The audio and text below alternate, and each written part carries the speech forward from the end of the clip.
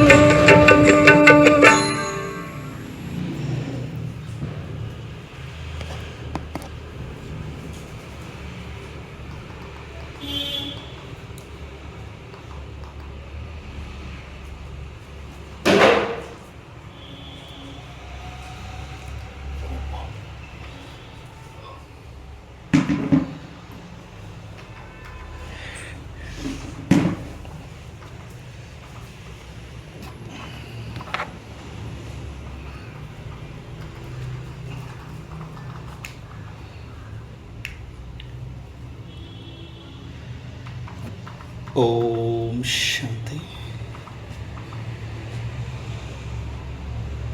ಓಂ ಶಾಂತಿ. ಎಲ್ಲರೂ ನಿಧಾನವಾಗಿ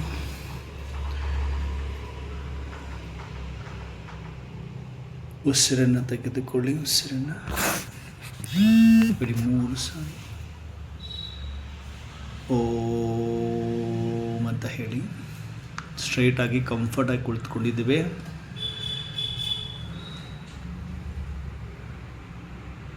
ಉಸಿರನ್ನು ತೆಗೆದುಕೊಳ್ಳಿ.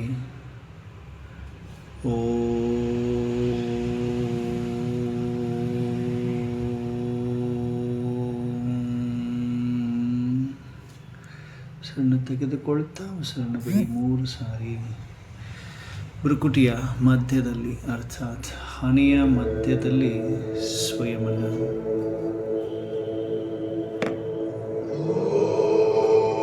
ಆತ್ಮಿಕ ಸ್ಮೃತಿಯಲ್ಲಿ ಮೊದಲನೇ ಪಾಠ ಕಲ್ತಿದ್ವಲ್ಲ ನಾವೆಲ್ಲ, ಆತ್ಮ ಎಲ್ಲಿದೆ? ಭ್ರುಕುಟಿಯ ಮಧ್ಯದಲ್ಲಿದೆ. ಅದನ್ನೇ ಎರಡೂ ಕಣ್ಣುಗಳ ಮಧ್ಯದಲ್ಲಿ ನಮ್ಮ ಕಾನ್ಸಂಟ್ರೇಷನ್.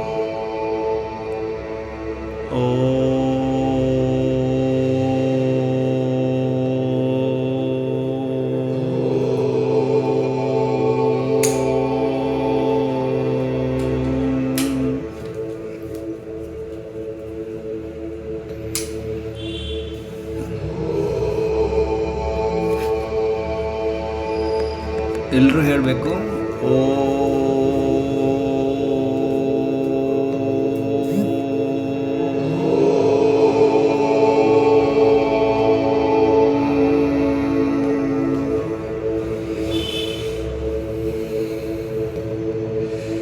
ಕಣ್ಣುಗಳ ಮಧ್ಯದಲ್ಲಿ ಒಂದು ಪ್ರಕಾಶತೆಯ ಅನುಭವಕ್ಕೆ ಬರ್ತದೆ.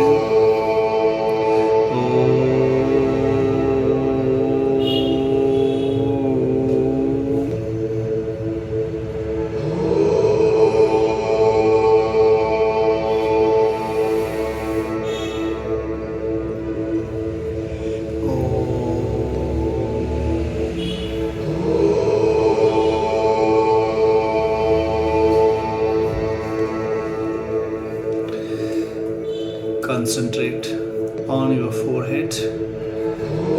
ಹಣೆಯ ಮಧ್ಯದಲ್ಲಿ ಕಾನ್ಸಂಟ್ರೇಟ್ ಮಾಡ್ತಾ ಇದ್ದೇವೆ.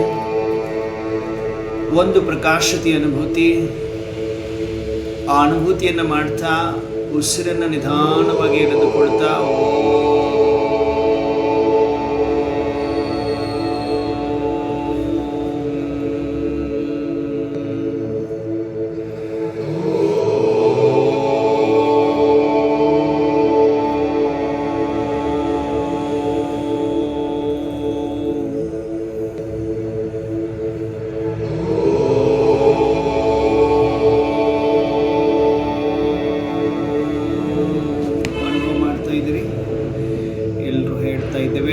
ಭ್ರುಕುಟಿಯ ಮಧ್ಯದಲ್ಲಿ, ಹಣೆಯ ಮಧ್ಯದಲ್ಲಿ, ಇಲ್ಲಿ ನಾವು ಬೊಟ್ಟಿಟ್ಕೊಳ್ತೀವಿ, ಅಲ್ಲಿ ಒಂದು ಪ್ರಕಾಶತೆ ಅನುಭವಕ್ಕೆ ಬರ್ತಾ ಇದೆ.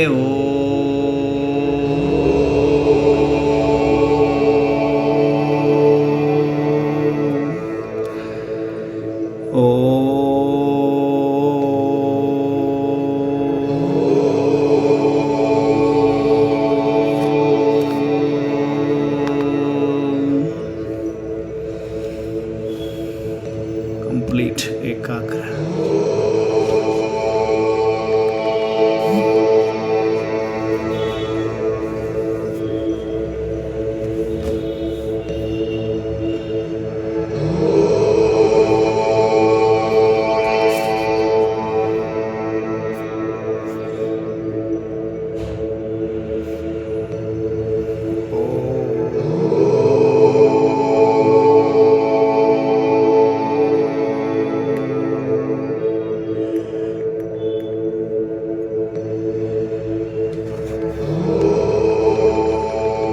ನಾವೆಲ್ಲರೂ ಮೊಟ್ಟ ಮೊದಲನೇ ಪಾಠದಲ್ಲಿ ನಾವು ಯಾರು ಎಂಬುದನ್ನು ಅರಿತುಕೊಂಡ್ವಿ. ನನ್ನ ವಾಸ್ತವಿಕತೆ ಏನೆಂಬುದನ್ನು ಅರಿತುಕೊಂಡ್ವಿ. ನಾನೇನಾಗಿದ್ದೇನೆ ಎಂಬುದನ್ನು ಅರಿತುಕೊಂಡಿದ್ದೇವೆ.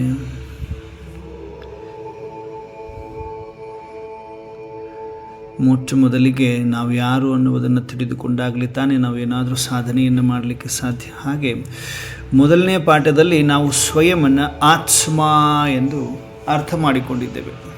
ನಾನು ಆತ್ಮ ಆಗಿದ್ದೇನೆ, ಶರೀರಕ್ಕೆ ಮಾಲೀಕ ಆಗಿದ್ದೇನೆ. ಈ ಶರೀರವನ್ನುವುದು ಒಂದು ಕಾರಿದ್ದ ಹಾಗೆ, ಕಾರಲ್ಲಿ ನಾನು ಆತ್ಮ ಡ್ರೈವರ್, ಈ ಕಾರನ್ನು ನಡೆಸ್ತೇನೆ. ಮನಸ್ಸು, ಬುದ್ಧಿ, ಸಂಸ್ಕಾರವೆಂಬ 3 ಸೂಕ್ಷ್ಮ ಶಕ್ತಿಗಳಿದೆ ನನ್ನ ಆತ್ಮದಲ್ಲಿ. ಮನಸ್ಸು ಸಂಕಲ್ಪಗಳನ್ನು ರಚಿಸ್ತದೆ. ಬುದ್ಧಿ ಏನು ಮಾಡ್ತದೆ? ಡಿಸೈಡ್ ಮಾಡ್ತದೆ, ಡಿಸಿಷನ್, ನಿರ್ಣಯ ಮಾಡ್ತದೆ. ಯಾವುದು ಸರಿ ಯಾವುದು ತಪ್ಪು ಅಂತ ನಿರ್ಣಯ ಮಾಡ್ತದೆ. ನಿರ್ಣಯ ಮಾಡಿದ ನಂತರ ಏನು ಕರ್ಮವನ್ನು ಮಾಡ್ತೀವಿ ಅದು ಸಂಸ್ಕಾರ ಅಂತ ರೆಕಾರ್ಡ್ ಆಗ್ತದೆ. ಅದಕ್ಕೆ ಸಂಸ್ಕಾರ ಅಂತ ಹೇಳ್ತೀವಿ. ನೋಡಿದ್ವಿ ಲಾಸ್ಟ್ ವೀಕಲ್ಲಿ ನಾವು. ಮನಸ್ಸು, ಬುದ್ಧಿ, ಸಂಸ್ಕಾರವೆಂಬ 3 ಸೂಕ್ಷ್ಮ ಶಕ್ತಿಗಳು ನನ್ನ ಆತ್ಮದಲ್ಲಿದೆ. ನನ್ನ ಆತ್ಮ ಎಲ್ಲಿದ್ದೇನೆ? ನನ್ನ ಆತ್ಮ ಭ್ರುಕುಟಿಯ ಮಧ್ಯದಲ್ಲಿ, ಅಂದರೆ ಹಣೆಯ ಮಧ್ಯದಲ್ಲಿ.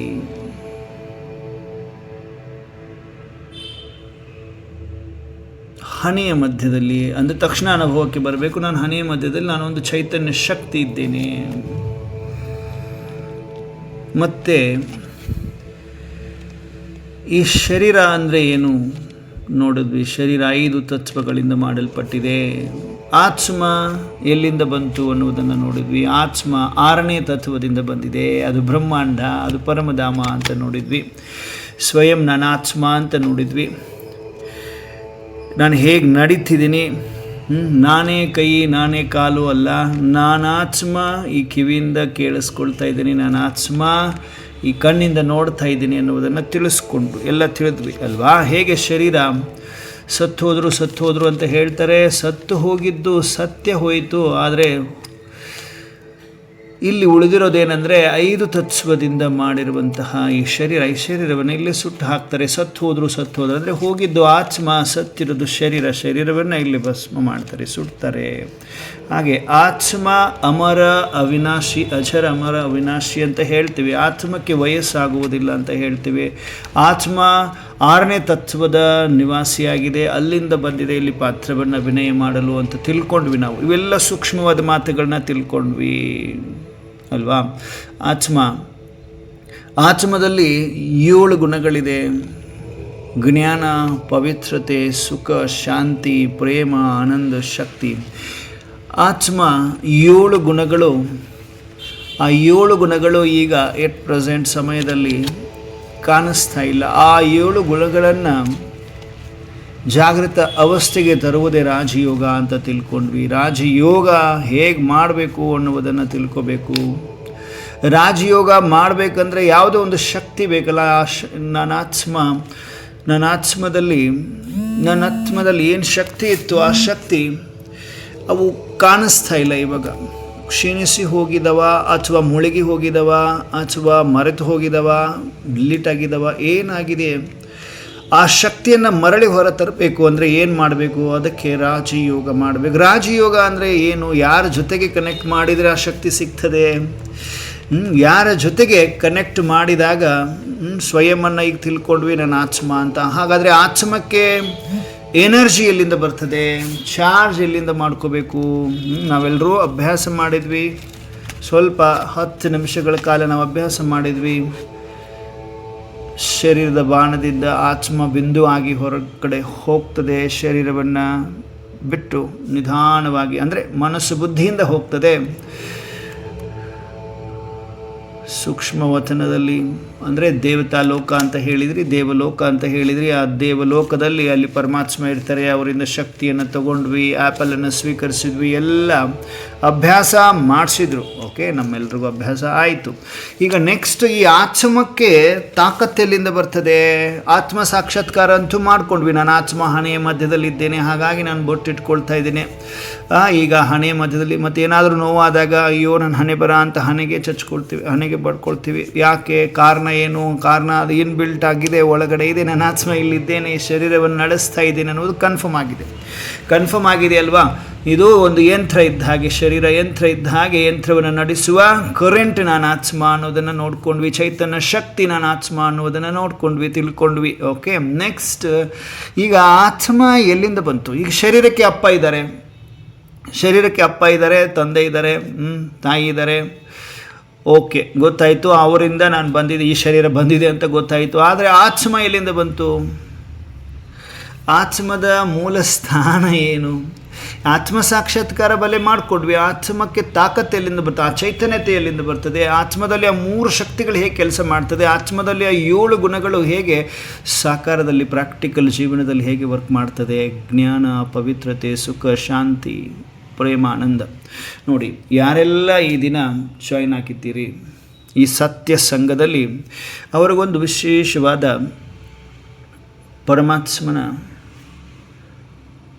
ಪರಮಾತ್ಮನ ಮೇಲೆ ನಂಬಿಕೆ, ಫೇತ್, ನಾವು ನಂಬಿಕೆ ಇಟ್ಟರೆ ತಾನೇ, ನಿಶ್ಚಯ ಇಟ್ಟರೆ ತಾನೇ ನಮಗೆ ಅರ್ಥ ಆಗೋದೇನಾದರೂ ಅದು. ಹಾಗಾಗಿ ಒಂದು ಚಿಕ್ಕದಾದ ಪುಟ್ಟದಾದ ಕತೆ ಎಲ್ಲರೂ ಕೇಳಿರ್ಬೋದು, ಬಟ್ ಮರಳಿ ಈ ಸಮಯದಲ್ಲಿ ಹೇಳಲಾಗ್ತದೆ. ಒಂದು ಊರಲ್ಲಿ ಒಬ್ಬ ಪೂಜಾರಿ ಇದ್ದ, ದೇವಸ್ಥಾನದ ಪೂಜಾರಿ. ಹಳ್ಳಿಯಲ್ಲಿ ಒಳ್ಳೆ ದೊಡ್ಡದಾದ ಮಂದಿರಕ್ಕೆ ಪೂಜಾರಿ ಪ್ರತಿನಿತ್ಯ ಬ್ರಹ್ಮ ಮುಹೂರ್ತ 4 ಗಂಟೆಗೆ ಎದ್ದು ತಣ್ಣನೆಯ ನೀರಿನ ಸ್ನಾನ ಮಾಡ್ತಾ ಆ ದೇವಸ್ಥಾನದ ಪೂಜೆಯನ್ನು ಮಾಡ್ತಾಯಿದ್ರು. ಬಹಳ ಕಠಿಣ ಪರಿಶ್ರಮ ಪಟ್ಟು ದೇವಸ್ಥಾನದ ಪೂಜೆ ಮಾಡ್ತಾಯಿದ್ರು. ಆ ಪೂಜಾರಿ ಅಂದರೆ ಎಲ್ರಿಗೂ ಇಷ್ಟ ಆಗ್ತಾಯಿದ್ರು, ಚೆನ್ನಾಗಿ ಪೂಜೆ ಮಾಡ್ತಾಯಿದ್ರು. ಆ ಸಮಯದಲ್ಲಿ ಎದ್ದು ಬಹಳ ತಣ್ಣೀರಲ್ಲಿ ಸ್ನಾನ ಮಾಡಿ ಎವ್ರಿ ಡೇ ಸ್ವಲ್ಪನೂ ಊಟ ಏನು ನೀರು ಕುಡಿದೇನೆ ಬಹಳ ಅಚ್ಚುಕಟ್ಟಾಗಿ ಯಥಾರ್ಥವಾಗಿ ಪೂಜೆಯನ್ನು ಮಾಡ್ತಾಯಿದ್ರು ಆ ಪೂಜಾರಿ. ಒಂದು ದಿನ ಅಚಾನಕ್ ರಭಸವಾಗಿ ಮಳೆ ಬರ್ತದೆ, ಜೋರಾಗಿ ಮಳೆ ಬರ್ತದೆ. ಮಳೆ ಬಂದು ಹಳ್ಳಿ ನೀರು ತುಂಬಿಕೊಳ್ಳೋಕ್ಕೆ ಪ್ರಾರಂಭ ಆಗ್ತದೆ. ಅಷ್ಟೊಂದು ಜಲಪ್ರಳಯ ಮಳೆ ಬರ್ತದೆ. ಆಗ ಜನಗಳೆಲ್ಲರೂ, ಅವರಿಗೆ ಗೊತ್ತಾಗ್ತದೆ ಹವಾಮಾನ ವರದಿಯಿಂದ ಈ ಪ್ರದೇಶ ನೀರಿನಿಂದ ತುಂಬಿಕೊಳ್ಳುವ ಒಂದು ಡೌಟ್ ಇದೆ, ತುಂಬಿಕೊಳ್ಳುವ ಚಾನ್ಸಸ್ ಇದೆ. ಹಾಗಾಗಿ ತಾವೆಲ್ಲರೂ ಹಳ್ಳಿ ಬಿಡಬೇಕು ಅಂತ ಹೇಳಿದಾಗ ಎಲ್ಲರೂ ಜನಗಳು ಓಡೋಡಿ ಹೋಗ್ತಾ ಇರ್ತಾರೆ. ಈ ಸಮಯದಲ್ಲಿ ಪೂಜಾರಿಗೆ ಕರೀತಾರೆ ಎಲ್ಲರೂ, ಸ್ವಾಮೀಜಿ ಬನ್ನಿ, ಈ ಊರು ನೀರಲ್ಲಿ ಮುಳುಗಿ ಹೋಗುವ ಒಂದು ಸಂಭವಿಕ ಇದೆ ಅಂತ ಹೇಳಿ ಕರೀತಾರೆ. ಆಗ ಪೂಜಾರಿ ಹೇಳ್ತಾನೆ, ನಾನು ಪರಮಾತ್ಮನ ದೇವರ ಪೂಜಾರಿ, ದೇವರನ್ನು ಪೂಜಿಸ್ತೇನೆ, ದೇವರೇ ನನ್ನ ಕಾಪಾಡ್ತಾರೆ, ನೀವು ಹೋಗಿ ಅಂತ ಹೇಳ್ತಾರೆ. ಸ್ವಾಮೀಜಿ ಹೇಳ್ತಾರೆ. ಅವಾಗ ನೀರೇನು ಮಾಡ್ತದೆ, ಒಳಗಡೆ ಟೆಂಪಲ್ ಒಳಗಡೆ, ಮಂದಿರದ ಒಳಗಡೆ ಫುಲ್ ನೀರು ತುಂಬಿಕೊಳ್ತದೆ. ಮಂದಿರದ ಒಳಗಡೆ ನೀರು ತುಂಬಿಕೊಂಡ್ರೆ ಸ್ವಾಮೀಜಿ ಎಲ್ಲಿ ಹೋಗಬೇಕು? ಮೇಲೆ ಹೋಗ್ತಾರೆ, ಟೆರೇಸ್ಗೆ, ಮಂದಿರದ ಮೇಲೆ ಹೋಗಿ ಕೂತ್ಕೊಳ್ತಾರೆ. ಆವಾಗ ಹಡಗಿನಲ್ಲಿ ಬರ್ತಾರೆ. ಅಂದರೆ ನೀರು ಅಷ್ಟು ತುಂಬುತ್ತೆ, ಮಳೆ ಅಷ್ಟು ಜೋರಿದೆ, ನೀರು ನೆಕ್ಸ್ಟ್ ಡೇ ಅಷ್ಟರಲ್ಲಿ ತುಂಬಿಬಿಡ್ತದೆ, ಆಲ್ಮೋಸ್ಟ್ ಈವ್ನಿಂಗ್ ಅಷ್ಟರಲ್ಲಿ ತುಂಬಿಬಿಡ್ತದೆ. ಆವಾಗ ಹಡಗಿನಲ್ಲಿ ಬರ್ತಾರೆ. ಹಡಗಿನಲ್ಲಿ ಬಂದು ಕರ್ಕೊಂಡು ಹೋಗಬೇಕು ಅಂತ ಬರ್ತಾರೆ. ಸ್ವಾಮೀಜಿ ಬನ್ನಿ, ಮುಳುಗಿ ಹೋಗ್ತದೆ ಟೆಂಪಲ್ಲು, ಬನ್ನಿ ಅಂತ ಕರೀತಾರೆ. ಆವಾಗಲೂ ಕೂಡ ಸ್ವಾಮಿ ಏನು ಮಾಡ್ತಾರೆ, ಪೂಜಾರಿ ಏನು ಮಾಡ್ತಾರೆ, ಹಡಗಿನವ್ರಿಗೂ ಕೂಡ ಇಲ್ಲ ನಾನು ಪರಮಾತ್ಮನ ಪೂಜಾರಿ, ಪ್ರತಿನಿತ್ಯ ನಾನು ಎಷ್ಟು ವರ್ಷದಿಂದ 10-12 ವರ್ಷದಿಂದ ಪರಮಾತ್ಮನನ್ನು ಪೂಜಿಸ್ತಾ ಇದ್ದೇನೆ, ಅಚ್ಚುಕಟ್ಟಾಗಿ ನಾನು ವೃತವನ್ನು ಮಾಡ್ತಾ ಇದ್ದೇನೆ, ಆ ಪರಮಾತ್ಮನೇ ಬಂದು ನನ್ನ ಕಾಪಾಡ್ತಾರೆ, ನೀವೆಲ್ಲರೂ ಹೋಗ್ರಿ ಅಂತ ಹೇಳ್ತಾನೆ. ಆವಾಗ ಏನಾಗ್ತದೆ, ಆ ಮಂದಿರ ಅವರೆಲ್ಲಿ ಕೂತ್ಕೊಂಡಿದ್ರು ಆ ಲೆವೆಲ್ಗೂ ನೀರು ಬಂದುಬಿಡ್ತದೆ, ತುಂಬುವಷ್ಟು ನೀರು ಬಂದುಬಿಡ್ತದೆ. ಆಮೇಲೆ ಆ ಸ್ವಾಮೀಜಿ ಹೋಗಿ ಕಳಸದ ಮೇಲೆ ಕೂತ್ಕೊಳ್ತಾರೆ, ಕಳಸವನ್ನು ಹಿಡ್ಕೊಂಡು ಕೂತ್ಕೊಳ್ತಾರೆ. ಆವಾಗ ಹೆಲಿಕಾಪ್ಟರ್ ತೊಗೊಂಬರ್ತಾರೆ, ಸೈನಿಕರು ಬರ್ತಾರೆ. ಬಂದು ಸ್ವಾಮೀಜಿ ನೀವು ಬರಲೇಬೇಕು, ಇದು ಮುಳುಗ್ಬಿಡ್ತದೆ, ಆ ಎಲ್ಲ ನೀರು ತುಂಬಿಕೊಂಡಿದೆ, ಹಳ್ಳಿ ಎಲ್ಲ ಮುಳುಗಿ ಹೋಗಿದೆ, ನೀವು ಬರಲೇಬೇಕು ಅಂತ ಕರೀತಾರೆ. ಆವಾಗಲೂ ಕೂಡ ಸ್ವಾಮೀಜಿ ಏನು ಮಾಡ್ತಾರೆ, ಇಲ್ಲ ನನ್ನ ಪರಮಾತ್ಮನೇ ಕಾಪಾಡ್ತಾರೆ, ನಾನು ಪ್ರತಿನಿತ್ಯ 4 ಗಂಟೆಗೆ ಎದ್ದುಬಿಟ್ಟು ಪೂಜೆಯನ್ನು ಮಾಡಿ, ಇಷ್ಟೆಲ್ಲ ಪುನಸ್ಕಾರಗಳನ್ನು ಮಾಡಿ, ಬಹಳ ವೃತ್ತಗಳನ್ನು ಮಾಡಿ, ಅಚ್ಚುಕಟ್ಟಾಗಿ ಬಹಳಷ್ಟು ಪವಿತ್ರತೆಯಿಂದ ಎಲ್ಲ ಮಾಡಿದ್ದಕ್ಕೆ ನನ್ನ ಪರಮಾತ್ಮನೇ ಬಂದು ಕಾಪಾಡ್ತಾರೆ, ನೀವು ಹೋಗಿ ಅಂತ ಹೇಳ್ತಾರೆ. ಹೋಗಿ ಅಂತ ಹೇಳಿದ ತಕ್ಷಣವೇ ನೆಕ್ಸ್ಟ್ ಅವ್ರು ಹೋಗ್ಬಿಡ್ತಾರೆ. ಆಮೇಲೆ ಆ ಕಳಸದ ಮೇಲೂ ಕೂಡ ನೀರು ತುಂಬ್ಕೊಂಡ್ಬಿಡ್ತದೆ. ಸ್ವಾಮೀಜಿ ಮುಳುಗಿ ಬಿಡ್ತಾರೆ, ಮುಳುಗಿ ಸತ್ತೋಗ್ಬಿಡ್ತಾರೆ. ಸತ್ತೋದ ಮೇಲೆ ಹೋಗಿ ದೇವರ ಜೊತೆ ಕೇಳ್ತಾರಂತೆ, ದೇವರೇ ನಾನು ಇಷ್ಟೆಲ್ಲ ನಿಮ್ಮನ್ನು ಪೂಜೆ ಮಾಡ್ತಾಯಿದ್ದೆ, ಇಷ್ಟೆಲ್ಲ ನಿಮ್ಮ ಜೊತೆಗೆ ನಾನು ಅಷ್ಟೊಂದು ಕನೆಕ್ಷನ್ ಇಟ್ಕೊಂಡು ಅಷ್ಟೊಂದು ಪೂಜೆ ಪುನಸ್ಕಾರಗಳನ್ನ ಮಾಡಿ ಯಥಾರ್ಥವಾಗಿ ಬಹಳಷ್ಟು ಪವಿತ್ರತೆಯನ್ನು ನಾನು ಇಟ್ಕೊಂಡು ಪೂಜೆ ಮಾಡ್ತಾಯಿದ್ದೆ, ಊಟನೂ ಮಾಡದೆ ಪೂಜೆ ಮಾಡ್ತಾಯಿದ್ದೆ, ಅಂಥದ್ದು ನನ್ನನ್ನು ನೀನು ಕಾಪಾಡಲಿಕ್ಕೆ ಬರಲಿಲ್ವಲ್ಲ ಅಂತ ಕೇಳ್ತಾರೆ. ಆವಾಗ ದೇವರು ನಗ್ತಾ ಹೇಳ್ತಾರೆ, ಮಗು ನಿನಗೋಸ್ಕರ 3 ಸಾರಿ ಜನಗಳ ರೂಪದಲ್ಲಿ ಬಂದೆ ನಾನು. ನೀನು ನನ್ನನ್ನು ಗುರುತಿಸಲಿಲ್ಲ, ನಿನಗೆ ಕ್ಯಾಚ್ ಮಾಡೋ ತಾಕತ್ತಿರಲಿಲ್ಲ. ಹೌದಾ, ಅದು ಹೇಗೆ ಬಂದೆ ನೀನು ಅಂತ ಕೇಳಿದಾಗ, ಮೊದಲು ಇನ್ನೂ ಮಂದಿರದ ಒಳಗಡೆ ನೀರು ಬರುವ ಸಮಯದಲ್ಲಿ ಜನಗಳ ರೂಪದಲ್ಲಿ ಬಂದೆ, ಕರೆದೆ, ನೀನು ಬರಲಿಲ್ಲ. ಇನ್ನೊಂದು, ನೀನು ಮಂದಿರದ ಮೇಲೆ ಹೋಗಿ ಕುಳಿತುಕೊಂಡಾಗ ಹಡಗನ್ನು ತೆಗೆದುಕೊಂಡು ಬಂದೆ ಮನುಷ್ಯರ ರೂಪದಲ್ಲಿ, ನೀನು ಬರಲಿಲ್ಲ. ಇನ್ನೊಂದು ಕಳಸದ ಮೇಲೆ ಕುಳಿತುಕೊಂಡಾಗ ಹೆಲಿಕಾಪ್ಟರ್ನ ತಗೊಂಬಂದೆ, ನೀನು ಬರಲೇ ಇಲ್ಲ ಮಗು, ಅರ್ಥ ಮಾಡ್ಕೊಳ್ಳೇ ಇಲ್ಲ ನಾನು ಬಂದಿದ್ದೀನಿ ಅಂತಾರೆ. ಅದರ ಅರ್ಥ, ಹಡಗು ತೊಗೊಂಬಂದೆ, ಆಮೇಲೆ ನಾನು ಹೆಲಿಕಾಪ್ಟರ್ ತೊಗೊಂಬಂದು ಜನಗಳ ರೂಪದಲ್ಲಿ ಬಂದೆ, ನನ್ನನ್ನು ಅರ್ಥನೇ ಮಾಡ್ಕೊಳ್ಳಿಲ್ಲ ನೀನು ಅಂತ ಹೇಳಿದ ಮೇಲೆ ಆಶ್ಚರ್ಯ ಆಗ್ಬಿಡ್ತದೆ ಸ್ವಾಮೀಜಿಗೆ. ಪರಮಾತ್ಮ ಅವರಿಗೆ ದೇಹವಿಲ್ಲ, ವರ್ಣವಿಲ್ಲ, ರೂಪವಿಲ್ಲ. ದೇವರಿದ್ದಾನೆ ಅನ್ನುವುದನ್ನು ನೋಡಬೇಕು ಅಂದರೆ ನಾವು ಹೇಗಿದ್ದೀವಿ ನಮ್ಮ ರೂಪದಲ್ಲೇ ಅವರು ಬಂದು ಹೇಳಬೇಕಾಗ್ತದಲ್ವಾ. ನಾವು ಹೇಗಿದ್ದೀವಿ ಅದೇ ರೂಪದಲ್ಲಿ ಬಂದು ನಮ್ಮನ್ನು ಕಾಪಾಡಲಿಕ್ಕೆ ಪ್ರತಿಯೊಂದು ಆತ್ಮರನ್ನು. ಯಾಕೆ ನೀವೆಲ್ಲರೂ ಜಾಯ್ನ್ ಆಗಿದ್ದೀರಿ ಅಂದರೆ, ಜಾಯ್ನ್ ಆದವರು ಹೊಸಬರು ವಿಶೇಷವಾಗಿ ಯಾಕೆ ಜಾಯ್ನ್ ಮಾಡಿಸಿದ್ದಾರೆ ಪರಮಾತ್ಮ ಅಂದರೆ, ಪ್ರತಿಯೊಂದು ಆತ್ಮನ ಉನ್ನತಿಗೋಸ್ಕರ ಪರಮಾತ್ಮ 3 ಚಾನ್ಸ್ ಕೊಡ್ತಾರೆ. ಅವರನ್ನು ಅರಿತುಕೊಂಡು ಸ್ವಯಂವನ್ನು ಅರಿತುಕೊಂಡು ಅವರನ್ನು ಅರಿತುಕೊಂಡು ಶ್ರೇಷ್ಠ ಜೀವನವನ್ನು ನಾವು ಮಾಡಲೇಬೇಕು, ಮಾಡ್ಕೊಳ್ಳಿಕ್ಕೆ ಚಾನ್ಸ್ ಸಿಗುತ್ತೆ ಅನ್ನೋದಕ್ಕೆ 3 ಸಾರಿ ಪರಮಾತ್ಮ ಬರ್ತಾರೆ. ಯಾವುದೋ ಒಂದು ರೂಪದಲ್ಲಿ, ಯಾವುದೋ ಒಂದು ಇನ್ಸ್ಟ್ರೂಮೆಂಟನ್ನು ಯೂಸ್ ಮಾಡ್ಕೊಂಡು ಬರ್ತಾರೆ ಅನ್ನೋದಕ್ಕೆ ಇದು ಉದಾಹರಣೆ ಆಗಿತ್ತು. ಅರ್ಥ, ಪರಮಾತ್ಮ ದೇವರು ಅಂತ ಹೇಳ್ತೀವಿ, ದೇಹರಹಿತ, ವರ್ಣರಹಿತ, ರೂಪರಹಿತ. ದೇವರು ಅಂದರೆ ಯಾರು? ದೇಹ ಇಲ್ಲ, ವರ್ಣ ಇಲ್ಲ, ರೂಪವಿಲ್ಲ. ಅವರು ನಿರಾಕಾರ ಜ್ಯೋತಿಯಾಗಿದ್ದಾರೆ, ಪರಮ ಜ್ಯೋತಿಯಾಗಿದ್ದಾರೆ, ಜ್ಯೋತಿರ್ಬಿಂದು ಆಗಿದ್ದಾರೆ, ನಿರಾಕಾರ ಜ್ಯೋತಿಯಾಗಿದ್ದಾರೆ. ನಿರಾಕಾರ ಜ್ಯೋತಿಗೆ ಯಾವುದೇ ದೇಹವಿಲ್ಲ, ಅಜನ್ಮ ಆಗಿದ್ದಾರೆ, ಅಭೋಕ್ತ ಆಗಿದ್ದಾರೆ, ಅನಂತ ಆಗಿದ್ದಾರೆ. ಹೀಗೆ ಪರಮಾತ್ಮನ ಗುಣಗಳು ಸಾಕಷ್ಟಿದೆ. ಆದರೆ ಪರಮಾತ್ಮ ಹೇಗೆ ಡೈರೆಕ್ಟಾಗಿ ಎದುರುಗಡೆ ಬರಲಿಕ್ಕೆ ಆಗುವುದಿಲ್ಲ. ಅವರು ಪರಕಾಯ ಪ್ರವೇಶ ಮಾಡಿ ಬರ್ತಾರೆ. ಒಂದು ಇಲ್ಲ, ಯಾವುದೋ ಇನ್ಸ್ಟ್ರೂಮೆಂಟ್ ಯೂಸ್ ಮಾಡ್ಕೊಂಡು ಬರ್ತಾರೆ. ಹಾಗೆ ನೋಡಿ, ನೀವು ಮಂದಿರಗಳಲ್ಲೂ ಕೂಡ ಶಿವಲಿಂಗವನ್ನು ಹೇಗೆ ಪ್ರತಿಷ್ಠಾಪನೆ ಮಾಡ್ತಾರೆ. ಶಿವಲಿಂಗವನ್ನು ಒಳಗಡೆ ಎಂಟ್ರೆನ್ಸಿಂದ ತೊಗೊಂಡೋಗಿ ಅದನ್ನು ಸ್ಥಾಪನೆ ಮಾಡುವುದಿಲ್ಲ. ಎತ್ತರದಿಂದ ಆ ಶಿವಲಿಂಗವನ್ನು ಟೆರೆಸ್ ಮೇಲೆ ಮಾಳಿಗೆ ಇರ್ತದಲ್ಲ, ಅದರ ಮೇಲಿಂದ ಹೀಗೆ ಇಳಿಸ್ತಾರೆ. ಹಾಗಾದರೆ ಅದರ ಅರ್ಥ ಅವತರಿಸ್ತಾರೆ. ಅವರು ನಿರಾಕಾರ ಜ್ಯೋತಿ ಅವತರಿಸ್ತಾರೆ. ಅವರಿಗೆ ಬಣ್ಣವಿಲ್ಲ, ದೇಹವಿಲ್ಲ, ವರ್ಣ ಇಲ್ಲ, ರೂಪವಿಲ್ಲ. ಆಟೋಮ್ಯಾಟಿಕ್ ದೇವರು ಅನ್ನುವುದು ಅರ್ಥ ಇದರಲ್ಲೇ ಇದೆ. ಇನ್ನೊಂದು ಗಾಡ್ ಅಂತ ಹೇಳ್ತೀವಿ, ಜನರೇಟರ್, ಆಪರೇಟರ್, ಡೆಸ್ಟ್ರಾಯರ್. ಅಂದರೆ ಪರಮಾತ್ಮ ತ್ರಿಮೂರ್ತಿಯ ರಚನಾಕಾರ ಆಗಿದ್ದಾರೆ, ತ್ರಿಮೂರ್ತಿಯ ರಚಯಿತ ಆಗಿದ್ದಾರೆ. 3 ಬ್ರಹ್ಮ, ವಿಷ್ಣು, ಮಹೇಶ್ವರ ಎಂಬ ಶಕ್ತಿಯನ್ನು ರಚನೆ ಮಾಡಿರುವಂತಹ ರಚಯಿತ ಆಗಿದ್ದಾರೆ, ತ್ರಿಮೂರ್ತಿಯ ರಚಯಿತ ಆಗಿದ್ದಾರೆ. ಅವರು ಎಲ್ಲ ಗುಣಗಳ ಸಾಗರ ಆಗಿದ್ದಾರೆ.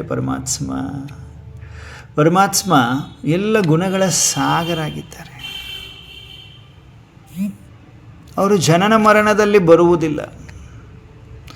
ಮನುಷ್ಯ ಆತ್ಮಗಳ ಥರ ಅವರು ತ್ರಿಗುಣಾತೀತ ಆಗಿದ್ದಾರೆ. ಸತ್ತು ರಜು ತಮೋದಲ್ಲಿ ಬರುವುದಿಲ್ಲ. ತ್ರಿಗುಣಾತೀತ ಅಂತ ಕರಿತೀವಿ ನೋಡಿ. ಅಖಂಡ ಜ್ಯೋತಿ, ಮಹಾಜ್ಯೋತಿ, ಪರಮಜ್ಯೋತಿ, ಸುಪ್ರೀಂ ಸೋಲ್ ಅಂತ ಕರೀತಾರೆ ಅವರನ್ನು. ಶಿವ ಪರಮಾತ್ಮ ಗೀತಾ ಜ್ಞಾನದಾತ ಅಂತ ಕರೀತಾರೆ. ಶಾಂತಿಯ ಸಾಗರ ಅಂತ ಕರೀತಾರೆ, ಆನಂದದ ಸಾಗರ, ಪವಿತ್ರತೆಯ ಸಾಗರ, ಪ್ರೇಮ ಸಾಗರ, ದಯಾ ಸಾಗರ, ಸಾಕಷ್ಟು ಶಕ್ತಿ ಮತ್ತು ಗುಣಗಳನ್ನು ಹೊಂದಿರುವ ಪರಮಾತ್ಮ. ಶಿವ ಅಂತ ಹೆಸರೇ ನೋಡಿ, ಶಿವ ಅಂತ ಕರೀತ ಸಂಸ್ಕೃತ ಶಬ್ದ, ಯಾವುದೇ ಧಾರ್ಮಿಕ ರಿಲೇಟೆಡ್ ಶಬ್ದ ಅಲ್ಲ ಸಂಸ್ಕೃತ ಶಬ್ದ. ಶಿವ ಅಂದರೆ ಕಲ್ಯಾಣಕಾರಿ, ಮಂಗಳಕಾರಿ. ಶಿವ ಅಂದರೆ ಲೈಟ್, ಕಲ್ಯಾಣಕಾರಿ, ಯಾವಾಗಲೂ ಸದಾಶಿವ, ಸದಾ ಕಲ್ಯಾಣಕಾರಿಯಾಗಿದ್ದಾರೆ ಪರಮಾತ್ಮ, ನಿರಾಕಾರ ಬಿಂದು ಆಗಿದ್ದಾರೆ ಪರಮಾತ್ಮ. ಹಾಗಾದರೆ ಇವರು ಎಲ್ಲಿರ್ತಾರೆ? ನಿರಾಕಾರ ಜ್ಯೋತಿ ಎಲ್ಲಿರ್ತಾರೆ? ಮತ್ತು ನಮಗೆಲ್ಲ ಮನುಷ್ಯರು ಜ್ಞಾನವನ್ನು ಹೇಳ್ತಾರೆ ಅಂದರೆ ಅವರ ಜ್ಞಾನ ಎಷ್ಟು ಮಟ್ಟಿಗೆ ಇರುವಂಥದ್ದು. ಮತ್ತು ಇಲ್ಲಿ ಈ ಜ್ಞಾನವನ್ನು ತಿಳಿಸ್ತಾ ಇರೋರು ಯಾರು ಅಂದರೆ ಡೈರೆಕ್ಟ್ ಪರಮಾತ್ಮ. ಅದು ಹೇಗೆ ಅಂತ ಕೇಳ್ಬೋದು. ಯಾವಾಗ ಧರ್ಮದ ಗ್ಲಾನಿ ಆಗ್ತದೆ ಆವಾಗ ನಾನು ಸಂಭವಿಸ್ತೀನಿ ಅಂತಾರೆ. ಸಂಭವಿಸ್ತೇನೆ 5,000 ವರ್ಷಕ್ಕೆ, 5,000 ವರ್ಷಗಳಿಗೆ ಒಂದು ಸಾರಿ ನಾನು ಸಂಭವಿಸ್ತೇನೆ ಭೂಮಿ ಮೇಲೆ. ಯಾವಾಗ ಧರ್ಮದ ಗ್ಲಾನಿ ಆಗ್ತದೆ ಆ ಸಮಯದಲ್ಲಿ 1937 ಸಿಂಧ್, ಹೈದರಾಬಾದ್. ಈಗ ನಮ್ಮ ಶಿವಪರಮಾತ್ಮ ಅಂದರೆ ನಿರಾಕಾರ ಜ್ಯೋತಿಯು ಪರಕಾಯವನ್ನು ಪ್ರವೇಶ ಮಾಡಿ ತನ್ನ ಸ್ವಯಂನ ಪರಿಚಯವನ್ನು ಸ್ವಯಂ ತಾವೇ ಕೊಟ್ಟರು. ಯಾವಾಗ ಅದರ ನಿಜವಾದ ವಾಸ್ತವಿಕ ಜ್ಞಾನವನ್ನು ಪರಮಾತ್ಮನೇ ಕೊಡ್ತಾರೆ ಆವಾಗ ಮಾತ್ರ ನಾವು ಅರ್ಥ ಮಾಡ್ಕೊಳ್ಳೋಕ್ಕೆ ಸಾಧ್ಯ ಆಗ್ತದೆ. ಮನುಷ್ಯರು ಅಲ್ಪಜ್ಞಾನಿಗಳಿರುವುದರಿಂದ, ಜ್ಞಾನನೇ ಇಲ್ಲ ಅವರಿಗೆ. ಈ ಪರಮಾತ್ಮ ಜ್ಞಾನ ಸಾಗರ, ಆ ಜ್ಞಾನ ಸಾಗರ ಕೊಟ್ಟಾಗಲೇ ನಮಗೆ ಅರ್ಥ ಆಗ್ತದೆ. ಹಾಗಾಗಿ ಪರಕಾಯವನ್ನು ಪ್ರವೇಶ ಮಾಡಿ ಬರ್ತಾರೆ. ಎವ್ರಿ 5,000 years ಒನ್ಸ್ ಪರಮಾತ್ಮ ಭೂಮಿ ಮೇಲೆ ಅವತರಿಸಿದ್ದಾರೆ. He has descended on the earth. ಪರಮಾತ್ಮ ಅವತರಣೆ ಆಗಿದೆ. ಅದು ಹೇಗೆ ಆಗಿದೆ? ಪ್ರಜಾಪಿತ ಬ್ರಹ್ಮ ಅಂದರೆ ದಾದಾ ಲೇಖರಾಜ್ ಅಂತ 1937 ಅವರೊಬ್ಬರು ವಜ್ರದ ವ್ಯಾಪಾರಿಯಾಗಿದ್ದರು. ಅವರ ಒಂದು ಶರೀರವನ್ನು ಪರಕಾಯ ಪ್ರವೇಶ ಮಾಡಿ ಬಂದು ಅವರು ಹೇಳ್ತಾರೆ ಈ ಜ್ಞಾನವನ್ನು ನಮಗೆ ತಿಳಿಸ್ತಾ ಹೋದರು. ಆವಾಗಿಂದ ಇಲ್ಲಿಯವರೆಗೂ ನಾವೆಲ್ಲರೂ ಈ ಜ್ಞಾನವನ್ನು ಪಡೀತಾ ಇದ್ದೇವೆ. ಇದು ಯಾವುದೇ ವ್ಯಕ್ತಿಗಳು, ಪಂಡಿತರು ಹೇಳಿರುವಂತಹ ಜ್ಞಾನ ಅಲ್ಲ, ಶಾಸ್ತ್ರದಿಂದ ಬಂದಿರುವಂಥ ಜ್ಞಾನ ಅಲ್ಲ, ಡೈರೆಕ್ಟ್ ಈಶ್ವರ ಹೇಳಿರುವಂತಹ ಜ್ಞಾನ, ಪರಮಾತ್ಮ ಹೇಳಿರುವಂತಹ ಜ್ಞಾನ ಆಗಿದೆ. ಹಾಗಾದರೆ ಪರಮಾತ್ಮ ನಿರಾಕಾರ ಜ್ಯೋತಿಯಾಗಿದ್ದಾರೆ. ಓಕೆ, ಎಲ್ಲ ಗುಣಗಳ ಸಾಗರ, ಎಲ್ಲ ಶಕ್ತಿಗಳ ಸಾಗರ ಆಗಿದ್ದಾರೆ. ಓಕೆ, ಅಭೋಕ್ತ ಆಗಿದ್ದಾರೆ. ಏನು ಜನನ ಮರಣದಲ್ಲೂ ಬರುವುದಿಲ್ಲ, ಅಜನ್ಮ ಆಗಿದ್ದಾರೆ. ಏನು ಭೋಗಿಸುವುದಿಲ್ಲ, ಕಷ್ಟ ದುಃಖಗಳನ್ನು ಭೋಗಿಸುವುದಿಲ್ಲ, ಅಭೋಕ್ತ ಆಗಿದ್ದಾರೆ ಅಂತವನು ಹೇಳಿದ್ವಿ. ಇಷ್ಟೆಲ್ಲ ಅವರ ವಿಶೇಷತೆಗಳು, ಗುಣಗಳನ್ನು ನೋಡಿದ್ವಿ. ಬ್ರಹ್ಮ ವಿಷ್ಣು ಶಂಕರನ ರಚಯಿತ, ಅವರನ್ನು ಕೂಡ ರಚನೆ ಮಾಡುವಂತಹ ರಚಯಿತ ಆಗಿದ್ದಾರೆ ಶಿವ ನಿರಾಕಾರ ಜ್ಯೋತಿರಬಿಂದು. ಜೀವನದ ನದಿಯನ್ನು ಪಾರು ಮಾಡುವಂಥವರಾಗಿದ್ದಾರೆ ಪರಮಾತ್ಮ. ಪರಮ ಶಿಕ್ಷಕರೂ ಹೌದು, ತಂದೆಯೂ ಹೌದು, ಸದ್ಗುರುನೂ ಹೌದು. ಇಷ್ಟೆಲ್ಲ ನಾವು ನೋಡಿದ್ವಿ. ಅಕಾಲ ಮೂರ್ತಿಯಾಗಿದ್ದಾರೆ ಅಂತಲೂ ಹೇಳ್ತಾರೆ. ಮುಕ್ತಿ, ಜೀವನ ಮುಕ್ತಿಯ ದಾತ ಅಂತ ಹೇಳ್ತಾರೆ. ಸುಖಕರ್ತ, ದುಃಖಹರ್ತ ಅಂತಲೂ ಕರಿತೇವೆ. ಕರ್ಮದ ಗತಿಯನ್ನು ತಿಳಿದುಕೊಂಡಂಥವರು ಮತ್ತು ತಿಳಿಸುವಂಥವರಾಗಿದ್ದಾರೆ ಅಂತಲೂ ಹೇಳ್ತೇವೆ.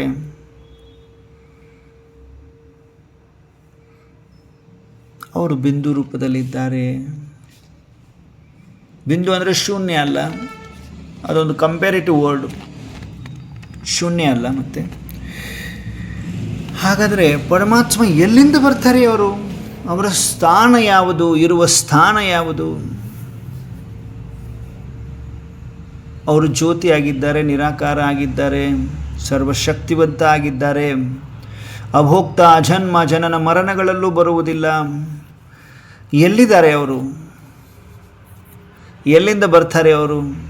ಮೇಲೊಬ್ಬ ಕೂತ್ಕೊಂಡಿದ್ದಾನೆ ನೋಡ್ತಾನೆ ಅಂತ ಹೇಳ್ತೀರಿ. ಏನಾದರೂ ಏರುಪೇರುಗಳಾದಾಗ ಜಗಳಗಳು ನಡೆಯುವಾಗ ಮೇಲೊಬ್ಬನು ಕೂತ್ಕೊಂಡಿದ್ದಾನೆ ನೋಡ್ತಾನೆ, ಮೇಲೆ ಅಂತಲೇ ತೋರಿಸ್ತೀವಲ್ವ. ಮೇಲೆ ಅಂದರೆ ಎಲ್ಲಿ ಹಾಗಾದರೆ? ಮೇಲೆ ಅಂದರೆ ಎಲ್ಲಿ? ಮೇಲೆ ಅಂದರೆ ಎಲ್ಲಿ?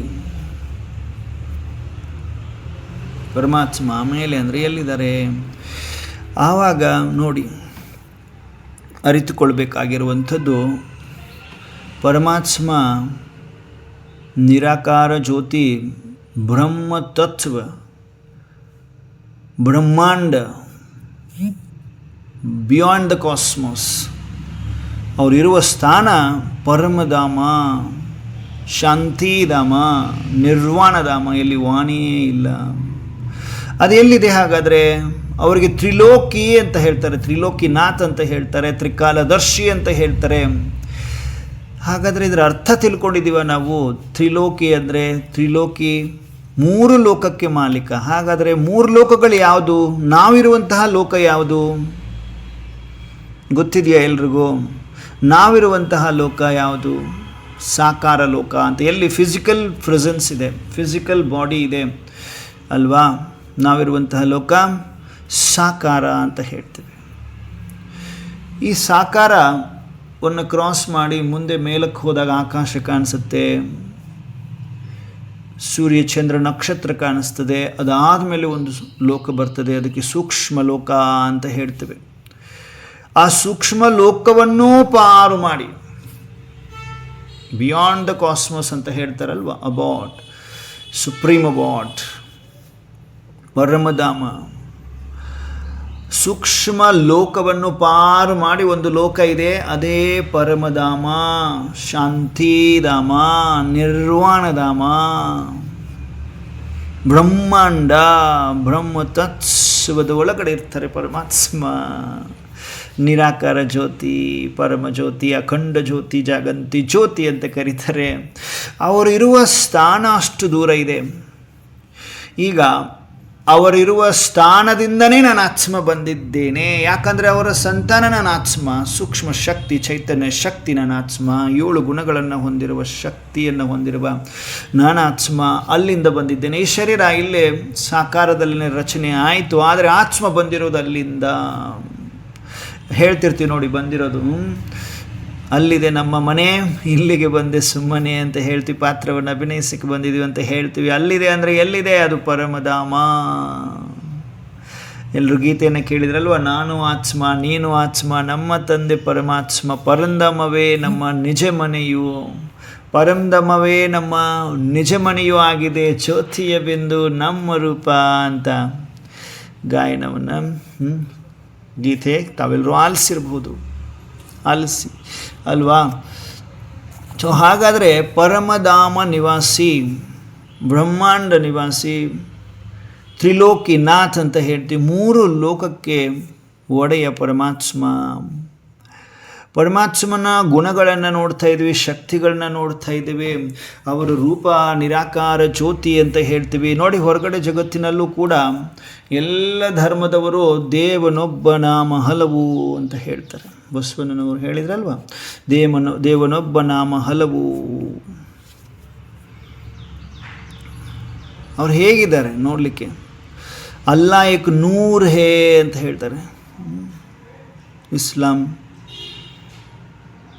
ಇಸ್ಲಾಮಲ್ಲಿ ಏನು ಹೇಳ್ತಾರೆ? ಅಲ್ಲಾ ಏಕ್ ನೂರ್ ಹೇ ಅಂದರೆ ಅವರೊಂದು ಪ್ರಕಾಶ್,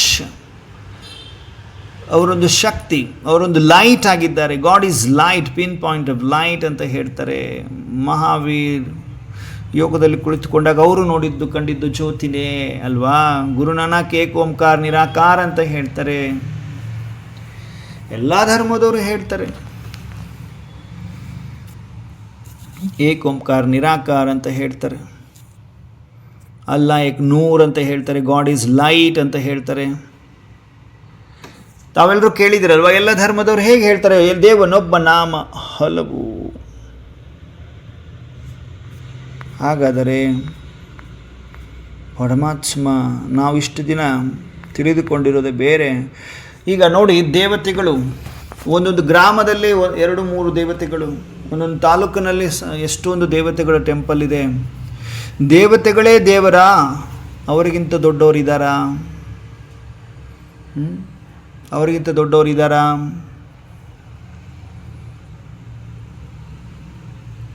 ದೇವತೆಗಳದು ಫಿಸಿಕಲ್ ಬಾಡಿ ತೋರಿಸಿದ್ದಾರೆ ಅಲ್ವಾ? ದೇವತೆಗಳಿಗೆ ಫಿಸಿಕಲ್ ಬಾಡಿ ಅಂದರೆ ಸೂಕ್ಷ್ಮ ಶರೀರವನ್ನು ತೋರಿಸಲಾಗಿದೆ. ಈಗ ಪರಮಾತ್ಮ ಸೂಕ್ಷ್ಮ ಶರೀರವೂ ಇಲ್ಲ, ಇವರಿಗೆ ಸೂಕ್ಷ್ಮ ಶರೀರವೂ ಇಲ್ಲ, ಜನನ ಮರಣದಲ್ಲೂ ಬರುವುದಿಲ್ಲ, ಯಾವುದು ದುಃಖ ಸುಖಗಳನ್ನು ಅನುಭವ ಮಾಡುವುದಿಲ್ಲ,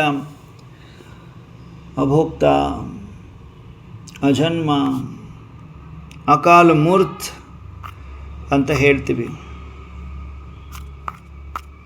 ಹಾಗಾದರೆ ದೇವರು ನಾವು ಪೂಜೆ ಮಾಡ್ತಾ ಇದ್ದೀವಿ. ಒಂದೊಂದು ಗ್ರಾಮದಲ್ಲಿ ಒಂದೊಂದು ದೇವಿ ಇದೆ, ಒಂದೊಂದು ಊರಲ್ಲಿ ಒಂದೊಂದು ಸಿಟಿಯಲ್ಲಿ ಸಾವಿರಾರು ದೇವತೆಗಳು ಪೂಜೆ ಮಾಡ್ತೀವಿ. ಆದರೆ ದೇವರು ಅಂತ ಯಾರಿಗೆ ಕರೀತಾ ಇದ್ದೀವಿ? ಹಾಗಾದರೆ ಕರೆಕ್ಟಾಗಿರುವ ದೇವರು ಯಾರು? ದೇವರು ಬೇರೆ, ದೇವತೆಗಳು ಬೇರೆ, ಮಾನವರು ಬೇರೆ ಅನ್ನೋದು ಇಲ್ಲಿ ಸ್ವಲ್ಪ ಅನ್ನಿಸ್ತಾ ಇದೆಯಲ್ವಾ? ಫೀಲ್ ಆಗ್ತಾ ಇದೆ ಅಲ್ವಾ? ದೇವರು ಅಂದರೆ ಸಪ್ರೇಟು, ದೇವತೆಗಳಂದರೆ ಸಪ್ರೇಟು. ಹಾಗಾದರೆ ಜನನ ಮರಣಗಳಲ್ಲಿ ಬರದೇ ಇರುವಂಥವನೇ ದೇವರು. ಮತ್ತು ನಾವೆಲ್ಲ ಎಲ್ಲ ಗುಣಗಳಲ್ಲಿ ಬರ್ತೇವೆ ಮಾನವರು. ಎಲ್ಲ ಗುಣ ಅಂದರೆ ಸತೋ ರಜೋ ತಮೋ. ಅದಕ್ಕೆ ಅವನಿಗೆ ತ್ರಿಗುಣಾತೀತ ಅಂತ ಹೇಳ್ತೇವೆ. ಹಾಗಾದರೆ ಪರಮಾತ್ಮ ಒಬ್ಬ ಯೂನಿಕ್ ಆಯ್ತಲ್ವಾ? ಯಾವುದೋ ಒಂದು ಯೂನಿಕ್ ಶಕ್ತಿ. ಈಗ ನೋಡಿ, ಶಂಕರ ಶಿವನನ್ನು ಇಬ್ಬರನ್ನು ಒಂದೇ ಮಾಡಿಬಿಟ್ಟಿದ್ದಾರೆ. ಎಲ್ಲ ಟೆಂಪಲ್ಗಳಲ್ಲಿ ಹೋಗಿ ನೋಡಿದಾಗ ಈ ಶಂಕರನ ಮೂರ್ತಿ, ಶಂಕರ ಮೀನ್ಸ್ ಮಹೇಶ್ವರ, ಮಹಾದೇವ ಅಂತ ಹೇಳ್ತೀರಲ್ವಾ, ಅವರನ್ನೇ ಶಿವ ಅಂತ ತಿಳ್ಕೊಂಬಿಟ್ಟಿದ್ದಾರೆ ಎಲ್ಲರೂ. ಅವರು ಸೂಕ್ಷ್ಮವತನ ವಾಸಿಯಾಗಿದ್ದಾರೆ, ಸೂಕ್ಷ್ಮವತನದ ದೇವತೆ ಆಗಿದ್ದಾರೆ. ಅವರು ಕೂಡ ಮೆಡಿಟೇಷನ್ ಮಾಡ್ತಾ ಇದ್ದಾರೆ. ನೋಡಿದ್ದೀರಾ ತಾವೆಲ್ಲರೂ? ಎರಡೂ ಕಣ್ಣುಗಳು ಹೀಗೆ ಮೆಡಿಟೇಟಿವ್ ಪೋಸಲ್ಲಿದೆ ಅವರ ಒಂದು ಮೂರ್ತಿ. ಈಗ ಎಲ್ಲಾದರೂ ನೋಡಿದ್ದೀರಾ ಟೆಂಪಲ್ಗಳಲ್ಲಿ ಈಶ್ವರ ಲಿಂಗಕ್ಕೆ ಮಹೇಶ್ವರ ಅಂದರೆ ಮಹಾದೇವ ಅಂತ ಹೇಳ್ತೀರಲ್ಲ, ಅವರಿಗೆ ಶಿವ ಅಂತ ಕರಿತಿದ್ರೆ, ಮತ್ತು ಲಿಂಗವನ್ನು ಯಾಕೆ ಪೂಜೆ ಮಾಡ್ತಾ ಇದ್ದೀವಿ? ಈಶ್ವರ ಲಿಂಗವನ್ನು ಯಾಕೆ ಪೂಜೆ ಮಾಡ್ತಾ ಇದ್ವಿ? ಇಲ್ಲಿ ಶಂಕರ ಬೇರೆ ಶಿವ ಬೇರೆ ಅನ್ನುವುದಕ್ಕೆ ಪಕ್ಕ ನಮಗೊಂದು ಉದಾಹರಣೆ ಅನ್ನಿಸ್ತಾ ಇದೆ. ಶಂಕರ ಜನನ ಮರಣದಲ್ಲಿ ಬರ್ತಾರೆ. ಪಾರ್ವತಿ ಇದ್ದಾರೆ, ಹೆಂಡತಿ ಇದ್ದಾರೆ, ಪತ್ನಿ ಇದ್ದಾರೆ, ಮಗ ಇದ್ದಾರೆ, ಮಕ್ಕಳಿದ್ದಾರೆ ಅಲ್ಲ ಅವ್ರಿಗೆ. ಸೊ ಅವರು ಜನನ ಮರಣದಲ್ಲಿ ಬರ್ತಾರೆ ಅಂದರೆ ಅವ್ರು ಹೇಗೆ ದೇವರಾಗಲಿಕ್ಕೆ ಸಾಧ್ಯ? ಅವರು ದೇವತೆಯವರು, ಸೂಕ್ಷ್ಮವತನದ ದೇವತೆ ಆದರು ಶಂಕರ. ಬ್ರಹ್ಮ ವಿಷ್ಣು ಶಂಕರಾಯ ನಮಃ ಅಂತ ಹೇಳ್ತಾರೆ, ಶಂಕರ ದೇವತಾಯ ನಮಃ ಅಂತ ಹೇಳ್ತಾರೆ. ಬ್ರಹ್ಮ ವಿಷ್ಣು ಶಂಕರ ದೇವತಾಯ ನಮಃ ಅಂತ ಹೇಳ್ತಾರೆ. ಕರೆಕ್ಟ್ ಅಲ್ವಾ? ಇಲ್ಲಿ ಡೈರೆಕ್ಟ್ ಶಿವ ಪರಮಾತ್ಮನಿಗೆ ಶಿವಾಯ ನಮಃ ಅಂತ ಹೇಳ್ತೀವಿ. ಎಷ್ಟು ಡಿಫ್ರೆನ್ಸ್ ಇದೆ ನೋಡಿ. ದೇವತಾ ಬ್ರಹ್ಮ ವಿಷ್ಣು ಶಂಕರ ದೇವತಾಯ ನಮಃ ಅಂತ ಹೇಳಿದರೆ ದೇವತೆಗಳಾದರು. ಹಾಗಾದರೆ ಅವರು ದೇವರಾಗಲಿಲ್ಲ. ಹಾಗಾದರೆ ಒಂದು ಯೂನಿಕ್ ಶಕ್ತಿ ಇದೆ. ಆ ಯೂನಿಕ್ ಶಕ್ತಿ ಶಿವ ಪರಮಾತ್ಮ ನಿರಾಕಾರ ಜ್ಯೋತಿಯಾಗಿದ್ದಾರೆ, ಪರಮ ಜ್ಯೋತಿಯಾಗಿದ್ದಾರೆ, ಅಖಂಡ ಜ್ಯೋತಿಯಾಗಿದ್ದಾರೆ, ಅಭೋಕ್ತ ಜನ್ಮ ಅಕಾಲ ಮೂರ್ತ್ ಆಗಿದ್ದಾರೆ, ಕಾಲೋಂಕ ಕಾಲ್ ಮಹಾಕಾಲ್ ಆಗಿದ್ದಾರೆ ಪರಮಾತ್ಮ. ಈಗ ನಮ್ಗೆ ಅರ್ಥ ಆಗ್ತಿರೋದು, ಆತ್ಮವನ್ನು ತಿಳಿದುಕೊಂಡ್ವಿ, ಪರಮಾತ್ಮನನ್ನು ತಿಳ್ಕೊಂಡ್ವಿ. ಪರಮಾತ್ಮ ಹೇಗಿದ್ದಾರೆ? ನಿರಾಕಾರ ಜ್ಯೋತಿರ್ಬಿಂದು ಆಗಿದ್ದಾರೆ. ಅವರ ನಿವಾಸ ಸ್ಥಾನ ಪರಮಧಾಮ ಆಗಿದೆ, ಬ್ರಹ್ಮಾಂಡ ಆಗಿದೆ. 6ನೇ ತತ್ವ ಅಂತ ಹೇಳ್ತೀವಿ, ಪರಮಧಾಮ ನಿವಾಸಿ ಪರಮಾತ್ಮ ಅಂತ ಹೇಳ್ತೀವಿ. ಅವರು 5000 ವರ್ಷಕ್ಕೊಮ್ಮೆ ಅವತರಿಸ್ತಾರೆ ಭೂಮಿಯ ಮೇಲೆ. ಯಾವಾಗ ಧರ್ಮಗ್ಲಾನಿ ಆಗ್ತದೆ ಆವಾಗ ನಾನು ಸಂಭವಿಸ್ತೇನೆ ಅಂತ ಹೇಳ್ತಾರೆ. ಪರಕಾಯ ಪ್ರವೇಶ ಮಾಡಿ ಬಂದಿದ್ದಾರೆ. ಸ್ವಯಂಭೂ ಅಂತ ಹೇಳ್ತಾರೆ, ಗೊತ್ತಲ್ವಾ? ತಾನೇ ತಾನಾದವನಿಗೆ ಸ್ವಯಂಭೂ ಅಂತ ಹೇಳ್ತಾರೆ. ತಂದೆ ಇಲ್ಲ, ತನಗೆ ತಾನು ತಂದೆ. ಈಗ ನೋಡಿ, ನಾವು ಇವರಿಗೆಲ್ಲ ತಂದೆಗಳಿದ್ದಾರೆ, ತಾಯಿ ಇದ್ದಾರೆ, ನಮಗೆಲ್ಲ ತಂದೆ ತಾಯಿ ಇದ್ದಾರೆ. ತಾನೇ ತಾನಾದವನಿಗೆ ಶಿವ ಅಂತ ಹೇಳ್ತಾರೆ. ಹಾಗಾದರೆ ಅವನ ಕೆಲಸ ದುಃಖ ಕೊಡೋದಾ ಅಥವಾ ಸುಖ ಕೊಡುವುದಾ? ಓನ್ಲಿ ಕಲ್ಯಾಣದ ಕೆಲಸ ಶಿವ ಪರಮಾತ್ಮ. ಯಾರಾದರೂ ಏನಾದರೂ ಅಚಾನಕ್ ಅವರ ಜೀವನದಲ್ಲಿ ಏನಾದರೂ ಒಂದು ಕೆಟ್ಟ ಒಂದು ಪರಿಸ್ಥಿತಿಗಳು ಬಂದು ಅಂದರೆ ದೇವರು ಎಂಥ ಕೆಟ್ಟ ಒಂದು ಕೆಲಸವನ್ನು ಮಾಡಿಬಿಟ್ಟ ನಮ್ಮ ಜೀವನದಲ್ಲಿ ಅಂತ ಹೇಳ್ತಾರೆ. ದೇವರು ಯಾವತ್ತು ನೋಡಿ, ದೇವರು ಅನ್ನೋ ಪದದಲ್ಲಿ ಎಷ್ಟು ಸುಂದರವಾದ ಅರ್ಥ ಗರ್ಭಿತವಾದ ದೇವರು ಅಂತ ಹೆಸರಿಟ್ಟಿದ್ದಾರೆ. ಅಂದರೆ ದೇವರು, ಅಂದರೆ ದೇಹರಹಿತ, ಅಂದರೆ ವರ್ಣರಹಿತ ಅಂದರೆ ಬಣ್ಣ ಇಲ್ಲ ಅವನಿಗೆ, ಅಂದರೆ ರೂಪರಹಿತ, ರೂಪವಿಲ್ಲ ಅವನಿಗೆ, ಪರಮಾತ್ಮನಿಗೆ. ಓಕೆನಾ? ಅರ್ಥ ಆಗ್ತಿದೆಯಲ್ವ ಎಲ್ರಿಗೂ? ಹಾಗಾದರೆ ಫೈನಲಿ ನಮಗೆ ಅರ್ಥ ಆಗಿರೋದೇನೆಂದರೆ, ಪರಮಾತ್ಮ ಒಂದು ಯೂನಿಕ್ ಶಕ್ತಿ, ವಿಚಿತ್ರವಾದ ಶಕ್ತಿ. ಚಿತ್ರವಿಲ್ಲ ಅವನಿಗೆ, ವಿಚಿತ್ರವಾದ ಶಕ್ತಿ, ಪರಮಶಕ್ತಿ ಪರಮಾತ್ಮ. ಅವರೊಂದು ವಿಶೇಷ ಶಕ್ತಿಯನ್ನು ಹೊಂದಿದ್ದಾರೆ. ಓನ್ಲಿ ಅವ್ರೇನು ಮಾಡ್ತಾರೆ ಅಂದರೆ ಬರೀ ಕಲ್ಯಾಣ ಕಾರ್ಯವನ್ನೇ ಮಾಡ್ತಾರೆ, ಓನ್ಲಿ ಕಲ್ಯಾಣ ಕಾರ್ಯವನ್ನೇ ಮಾಡ್ತಾರೆ. ಮಂಗಳಕಾರಿ, ಲೈಟ್, ಪರಮಾತ್ಮ ಲೈಟ್. ಎಲ್ಲ ಧರ್ಮದವರು ಹೇಳಿದ್ದು ದೇವನೊಬ್ಬ ನಾಮ ಹಲವು, ದೇವರು ಒಬ್ಬರೇ ಇರೋದು, light, he is point of light, ಏಕ್ ಓಂಕಾರ ನಿರಾಕಾರ, ಅಲ್ಲಾ ಏಕ್ ನೂರ್ ಹೇ ಅಂತ ಹೇಳಿದ್ದು ಎಲ್ರಿಗೂ ಸ್ಪಷ್ಟ ಆಗ್ತಾ ಇದೆ. ಸೊ ಎಲ್ಲ ಧರ್ಮದವರು ಹೇಳಿದ್ದು ಪರಮಾತ್ಮ ಒಬ್ಬನೇ. ಆ ಒಬ್ಬರು ಯಾರು ಅನ್ನೋದು ಇದುವರೆಗೂ ನಮಗೆ ತಿಳಿದಿರಲಿಲ್ಲ. ಅವ್ರನ್ನ ತನ್ನ ಪರಿಚಯ ತನಗೆ ಕೊಡಲಿಕ್ಕೆ ಪರಮಾತ್ಮ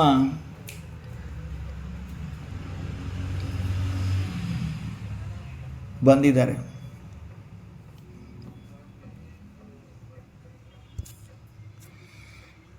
ಭೂಮಿ ಮೇಲೆ ಬಂದಿದ್ದಾರೆ.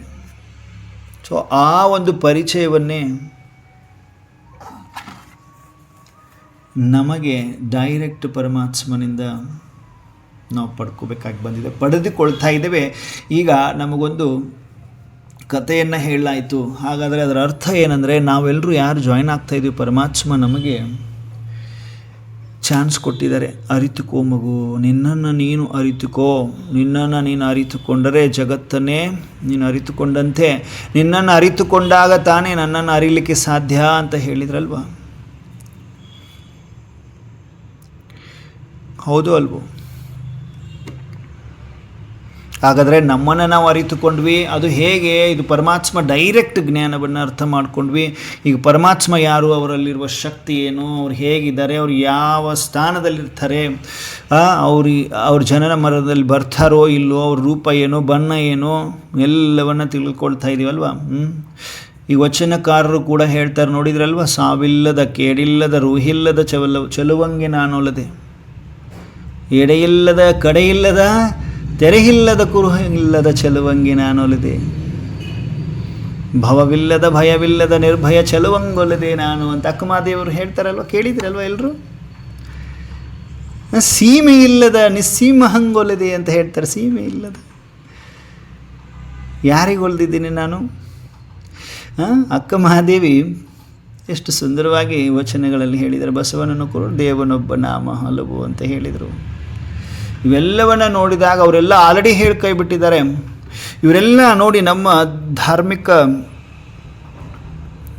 ಲೀಡರ್ಸ್ ಎಲ್ಲ ಯಾರಿದ್ರು ಅವರೆಲ್ಲರೂ ಹೇಳಿ ಕೈ ಬಿಟ್ಟಿದ್ದಾರೆ, ಹೇಳಿದ್ರು. ಆದರೂ ನಾವು ತಪ್ಪು ಅರ್ಥ ಮಾಡ್ಕೊಂಡು ಹೋಗ್ತಾ ಇದ್ವಿ ಇಷ್ಟು ದಿನ. ಈ ಯಥಾರ್ಥ ಜ್ಞಾನವನ್ನು ಡೈರೆಕ್ಟ್ ಪರಮಾತ್ಮ ಹೇಳಿದಾಗಲೇ ನಮ್ಗೆ ಅರ್ಥ ಆಗಲಿಕ್ಕೆ ಸಾಧ್ಯ ಆಗ್ತದೆ. ಯಥಾರ್ಥ ಜ್ಞಾನವನ್ನು ನಾವೆಲ್ಲರೂ ತಿಳಿದುಕೊಳ್ತಾ ಇದ್ದೇವೆ. ಪರಮಾತ್ಮ ಡೈರೆಕ್ಟ್ ಬಂದು ಹೇಳಿದ್ದಾರೆ.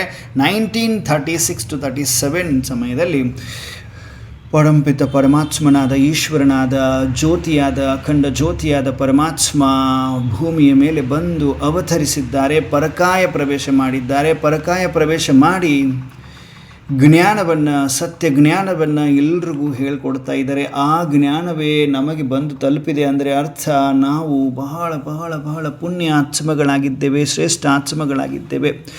ಯಾಕೆ ಅಂದರೆ ಆ ಉದಾಹರಣೆ ನೋಡಿಕೊಡ್ರಿ. ಪೂಜಾರಿಯ ಉದಾಹರಣೆ ನೋಡಿಕೊಂಡಾಗ 3 ಸಾರಿ ಪರಮಾತ್ಮ ಬಂದು, ಹೀಗೆ ನಾನು ಬಂದಿದ್ದೆ, ನಾನು ನಾಲೆಜನ್ನು ಕೊಟ್ಟೆ, ನಾಳೆ ನೀನು ಅಂತಿಮ ಸಮಯದಲ್ಲಿ, ಹಲ್ಚಲ್ ಸಮಯದಲ್ಲಿ ನನಗೆ ಈ ಜ್ಞಾನವನ್ನು ಕೊಡಲಿಲ್ಲ ನೀನು ಅಂತ ನನ್ನ ಮೇಲೆ ನೀನು ಕಂಪ್ಲೇಂಟ್ ಮಾಡೋ ಹಾಗಿಲ್ಲ ಅನ್ನುವಂತಹ ಉದ್ದೇಶಕ್ಕೆ ಪರಮಾತ್ಮ ಸ್ವಯಂಭೂ ತಾನೇ ಅವತರಿಸಿ ನಮ್ಮೆಲ್ರಿಗೂ ಈ ಸ್ಪಷ್ಟ ಜ್ಞಾನವನ್ನು ಹೇಳಿ ನಮ್ಮೆಲ್ಲರೂ ತನ್ನ ಸಮಾನ ಮತ್ತು ಈ ಜ್ಞಾನವನ್ನು ಪಡೆಯುವುದರಿಂದ ಏನೆಲ್ಲ ಆಗ್ತದೆ ಇವೆಲ್ಲವನ್ನು ನಾವು ನೆಕ್ಸ್ಟ್ ಕ್ಲಾಸಲ್ಲಿ ನೋಡೋಣ. ಈ ಜ್ಞಾನ ಇನ್ನು ಮುಂದೆ ಸಾಕಷ್ಟಿದೆ.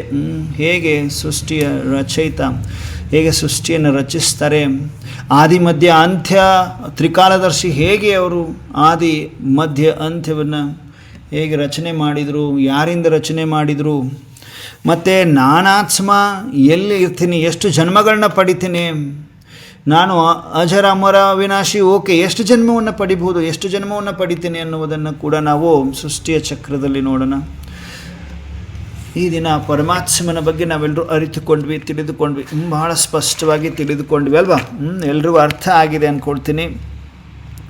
ಜೊತೆಗೆ ನೆಕ್ಸ್ಟ್ ನಾವು 10 ಮಿನಿಟ್ಸ್ ಈಗ ನಮ್ಮನ್ನು ನಾವು ಅರಿತುಕೊಂಡ್ವಾ, ನಾನು ಆತ್ಮ ಅಂತ ತಿಳ್ಕೊಂಡ್ವಿ. ಈಗ ನಾನು ಆತ್ಮನ ತಂದೆ ಪರಮಾತ್ಮ, ಅವರು ಹೇಗಿದ್ದಾರೆ, ಅವರಲ್ಲಿರುವ ತಾಕತ್ತೇನು, ಶಕ್ತಿ ಏನು ಎಲ್ಲ ತಿಳ್ಕೊಂಡ್ವಾ. ತದನಂತರ ಅವ್ರು ಎಲ್ಲಿರ್ತಾರೆ ಅನ್ನೋದು ತಿಳ್ಕೊಂಡ್ವಾ. ಹಾಗಾದರೆ ನಾವು ಈಗ ನಮ್ಮ ಮನಸ್ಸು ಬುದ್ಧಿಯನ್ನು ಅವರೊಂದಿಗೆ ಜೋಡಿಸುವ ಪ್ರಯತ್ನ ಮಾಡ್ಬೋದಾ? ಯಾವಾಗ ಅವರ ಜೊತೆಗೆ ನಾವು ಜೋಡಿಸ್ತೇವೆ ಮನಸ್ಸು ಬುದ್ಧಿಯನ್ನು, ಅವರು ಪವರ್ ಹೌಸ್ ಇದ್ದ ಹಾಗೆ, ನನ್ನ ಆತ್ಮನಿಗೆ ಚಾರ್ಜ್ ಮಾಡುವ ಪವರ್ ಹೌಸ್ ಇದ್ದ ಹಾಗೆ ಆತ್ಮನಿಗೆ. ಈಗ ನಿಮಗೆ ಶರೀರಕ್ಕೆ ಏನಾದ್ರು ತೊಂದರೆ ಆದರೆ ಹಾಸ್ಪಿಟ್ಲಿಗೆ ಹೋಗ್ತೀರಿ. ಆತ್ಮಕ್ಕೆ ಅಂದರೆ ಮಾನಸಿಕ ತೊಂದರೆಗಳು ಬಂದರೆ ಏನು ಮಾಡ್ತೀರಿ? ಮೆಡಿಟೇಷನ್ ಮಾಡಬೇಕು. ಮೆಡಿಟೇಷನ್ ಅಂದರೆ ಏನು? ರಾಜಯೋಗ. ರಾಜಯೋಗ ಅಂದರೆ ಯಾವ ರಾಜಯೋಗ ಮಾಡಬೇಕು? ರಾಜಯೋಗ ಅಂದರೆ ಈಸಿಯಾಗಿ, ಈಗ ಫಾರ್ ಎಕ್ಸಾಂಪಲ್, ಈಗ ಇವ್ರು ಯಾರಾಗಿದ್ದಾರೆ, ನಮಗೆ ತಂದೆ ಆಗಿದ್ದಾರೆ ಅಂತ ನಾವು ತಿಳ್ಕೊಂಡ್ಬಿಟ್ರೆ, ಎಲ್ಲ ಸಂಬಂಧದಲ್ಲಿ ಪರಮಾತ್ಮನನ್ನು ನೋಡಿಬಿಟ್ಟಾಗ, ಈಗ ರಾಜನ ಮಗ ಆಸ್ಥಾನದ ಒಳಗಡೆ ಪ್ರವೇಶ ಮಾಡಬೇಕು ಅಂದರೆ ಯಾರದು ಪರ್ಮಿಷನ್ ಇಲ್ಲದೆ ಡೈರೆಕ್ಟ್ ಒಳಗಡೆ ಎಂಟ್ರಿ ಮಾಡ್ಬೋದು. ಹಾಗೆ ಯಾರೊಬ್ಬ ಪ್ರಜೆ ಬರಬೇಕು ಅಂದರೆ ಅಲ್ಲಿ ಸೇನಾಪತಿ ನಿಲ್ಲಿಸ್ತಾರೆ. ಅವ್ರ ಗೇಟ್ ಹತ್ರ, ಯಾರು ನೀನು, ಏನು, ಎಲ್ಲಿಂದ ಬರ್ತಾ ಇದೆ, ಏನು ಪರ್ಮಿಷನ್ ಲೆಟ್ರ್ ಇದೆಯಾ ಅಂತ ಕೇಳ್ತಾರೆ. ಹಾಗೆ ನಾವು ಭಕ್ತಿಯನ್ನು ಬಲೆ ಮಾಡ್ತಾ ಇದ್ದೀವಿ. ಅದು ಕಠಿಣ ಪರಿಶ್ರಮ ಪಟ್ಟಾದ ನಂತರೂ ಕೂಡ ಇನ್ನೂ ನೆಮ್ಮದಿ ಸಿಗ್ತಾ ಇಲ್ಲ. ಹೊರಗಡೆ ಜಗತ್ತಿನಲ್ಲಿ ಎಷ್ಟೊಂದು ಅಶಾಂತಿ, ಶಾಂತಿ. ಎಷ್ಟೇ ನೀವು ಆಸ್ತಿವಂತರು, ಜಮೀನ್ದಾರರು ಇರಲಿ, ಆದರೆ ಮಾನಸಿಕ ಶಾಂತಿ, ನೆಮ್ಮದಿ ಇಲ್ಲದ ಜೀವನ ನಡೀತಾ ಇದೆ ಹೊರಗಡೆ ಜಗತ್ತು. ಎಲ್ಲರದ್ದು ಅದೇ ಪರಿಸ್ಥಿತಿ ಇದೆ. ಎಲ್ಲಿ ನೋಡಿದರೂ ಕೂಡ ಒಬ್ರಿಗೊಬ್ಬರು ಇಷ್ಟಪಡೋ ಹಾಗಿಲ್ಲ, ಒಬ್ರಿಗೊಬ್ಬರು ಜಗಳ ಮಾಡೋದು, ಒಂದೊಂದು ಮನೆಯಲ್ಲಿ ಕಲಹ, ಎಲ್ಲ ಕಠಿಣ ಪರಿಶ್ರಮ ಪಡ್ತಾ ಇದ್ದಾರೆ. ಆದರೆ ನೆಮ್ಮದಿಗೆ ಹುಡುಕ್ತಾ ಇದ್ದಾರೆ, ಅಲ್ದಾಡ್ತಾ ಇದ್ದಾರೆ ನೆಮ್ಮದಿಗೋಸ್ಕರ. ಒಂದು ಸೆಕೆಂಡ್, ಒಂದು 5 ನಿಮಿಷ ಶಾಂತಿ ಸಿಕ್ಕರೆ ಸಾಕಪ್ಪ ಅಂತ ಇದ್ದಾರೆ. ಆ 5 ನಿಮಿಷ ಶಾಂತಿ ಎಲ್ಲಿ ಸಿಗ್ತದೆ? ನಿಜವಾದ ಜ್ಞಾನವನ್ನು ಡೈರೆಕ್ಟ್ ಪರಮಾತ್ಮನಿಂದ ನಾವು ತಿಳಿದುಕೊಂಡು ಅವರ ಜೊತೆ ಮನಸ್ಸು ಬುದ್ಧಿಯನ್ನು ಜೋಡಿಸುವುದರಿಂದ, ಮನ್ಮನಾಭವ ಆಗುವುದರಿಂದ ಆ ಶಾಂತಿ, ಸತ್ಯವಾದ ಶಾಂತಿ ಇಲ್ಲಿ ಸಿಗ್ತದೆ ನಮಗೆ. ಪ್ರಜಾಪಿತ ಬ್ರಹ್ಮಕುಮಾರೀಸ್ ಈಶ್ವರೀಯ ವಿಶ್ವವಿದ್ಯಾಲಯದಲ್ಲಿ ಈ ಒಂದು ಕೋರ್ಸ್ ಕಂಪ್ಲೀಟ್ ನಂತರ ಕೂಡ ನಿರಂತರ ಮೆಡಿಟೇಷನ್ ಮಾಡುವಂಥವ್ರು ಸಾಕಷ್ಟು ಸೈಂಟಿಸ್ಟ್ ಇದ್ದಾರೆ. ಸೈಂಟಿಸ್ಟ್ ಆಗಲಿ, ಪೊಲಿಟಿಷಿಯನ್ಸ್ ಆಗಲಿ, ದೊಡ್ಡವರು ಇರ್ತಾರೆ, ಎಲ್ಲರೂ ಇದ್ದಾರೆ, ಎಲ್ಲ ಥರದ ಎಲ್ಲ ಧರ್ಮದವರು ಇದ್ದಾರೆ. ಧರ್ಮ, ಜಾತಿ ಇದೇನು ಯಾವುದೇ ಭೇದ ಭಾವ ಇಲ್ಲ ಇಲ್ಲಿ. ಎಲ್ಲರೂ ಒಬ್ಬ ಪರಮಾತ್ಮನ ಮಕ್ಕಳು ಎಂಬುವ ಸತ್ಯ ಜ್ಞಾನವನ್ನು ಅರಿತು ಎಲ್ಲರೂ ಇನ್ನೂ ಆದರೂ ಕೂಡ 90 ಇಯರ್ಸ್ ಆಯಿತು ಈ ಒಂದು ವಿಶ್ವವಿದ್ಯಾಲಯ ಸ್ಥಾಪನೆಯಾಗಿ. ಆದರೆ ಅಂದಿನಿಂದ ಇಂದಿವರೆಗೂ ವೃದ್ಧಿನೇ ಆಗ್ತಾ ಇದೆ. ಎಷ್ಟೋ ಆತ್ಮಗಳ ನೆಮ್ಮದಿಗೆ ಕಾರಣವಾಗಿದೆ ಈ ಪ್ರಜಾಪಿತ ಬ್ರಹ್ಮಕುಮಾರೀಸ್ ಈಶ್ವರೀಯ ವಿಶ್ವವಿದ್ಯಾಲಯ. ಹಾಗಾದರೆ ತಾವು ಕೂಡ ಈಶ್ವರೀಯ ವಿಶ್ವವಿದ್ಯಾಲಯದಲ್ಲಿ 7 ದಿನದ ಕೋರ್ಸ್ ನಂತರ ಅಥವಾ ಇವಾಗ ಮಧ್ಯದಲ್ಲೂ ಕೂಡ ತಾವು ವಾಕಿನ್ ಆಗಬೇಕು, ಅರ್ಥಾತ್ ಬರಬಹುದು. ಹತ್ತಿರದ ಸೇವಾ ಕೇಂದ್ರಗಳಲ್ಲಿ ತಾವು ಭೇಟಿ ನೀಡ್ಬೋದು. ಭೇಟಿ ನೀಡುವುದರಿಂದ ಏನು ಶಕ್ತಿ ಸಿಗ್ತದೆ, ಪ್ರಾಕ್ಟಿಕಲ್ ಅನುಭವ ಆಗ್ತದೆ. ಏನಾದರೂ ಕ್ವಶನ್ಸ್ ಇದ್ದರೆ ನೀವು ಕೇಳ್ಬೋದು. ಆ ಸಮಯದಲ್ಲಿ ಆಶ್ರಮಕ್ಕೆ ಬಂದು ಕೇಳ್ಬೋದು ನೀವು ಏನಾದರೂ ಕ್ವಶನ್ಸ್ ಇದ್ದರೆ. ಇಲ್ಲ ಅಂದರೆ ಗ್ರೂಪಲ್ಲೂ ಕೂಡ ನೀವು ಮೆಸೇಜ್ ಹಾಕ್ಬೋದು. ಓಕೆ, ಈಗ ನಾವು ನೆಕ್ಸ್ಟ್ 10 ಮಿನಿಟ್ಸ್ ಆತ್ಮವನ್ನು ಏಕಾಗ್ರಗೊಳಿಸುವಂತಹ ಪ್ರಯಾಸವನ್ನು ಮಾಡೋಣ, ಪರಮಾತ್ಮನೊಂದಿಗೆ ಜೋಡಿಸುವಂತಹ ಪ್ರಯಾಸವನ್ನು ಮಾಡೋಣ. ಸೊ ಎಲ್ಲರೂ ನಾವು ಸ್ಟ್ರೇಟಾಗಿ ಕಂಫರ್ಟಾಗಿ ಕುಳಿತುಕೊಳ್ತಾ ಇದ್ದೇವೆ.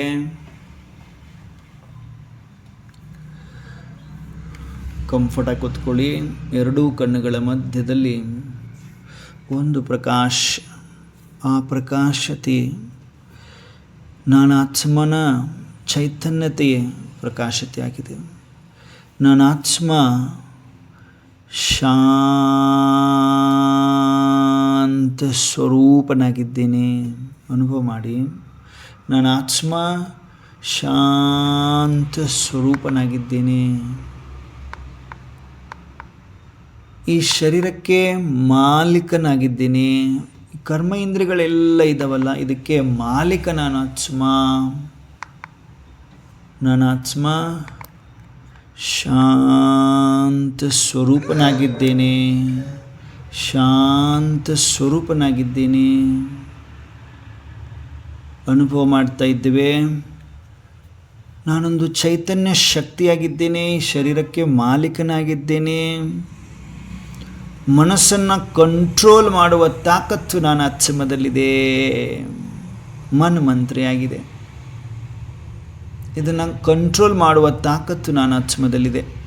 ಹೀಗೆ ಅನುಭವ ಮಾಡ್ತಾ ನಾನಾತ್ಮ ಜ್ಯೋತಿರ್ ಬಿಂದು ಆಗಿದ್ದೇನೆ. ಹಣೆಯ ಮಧ್ಯದಲ್ಲಿ ಹೊಳಿತಾ ಇರುವ ಚೈತನ್ಯ ಶಕ್ತಿ ನಾನಾತ್ಮನಾಗಿದ್ದೇನೆ.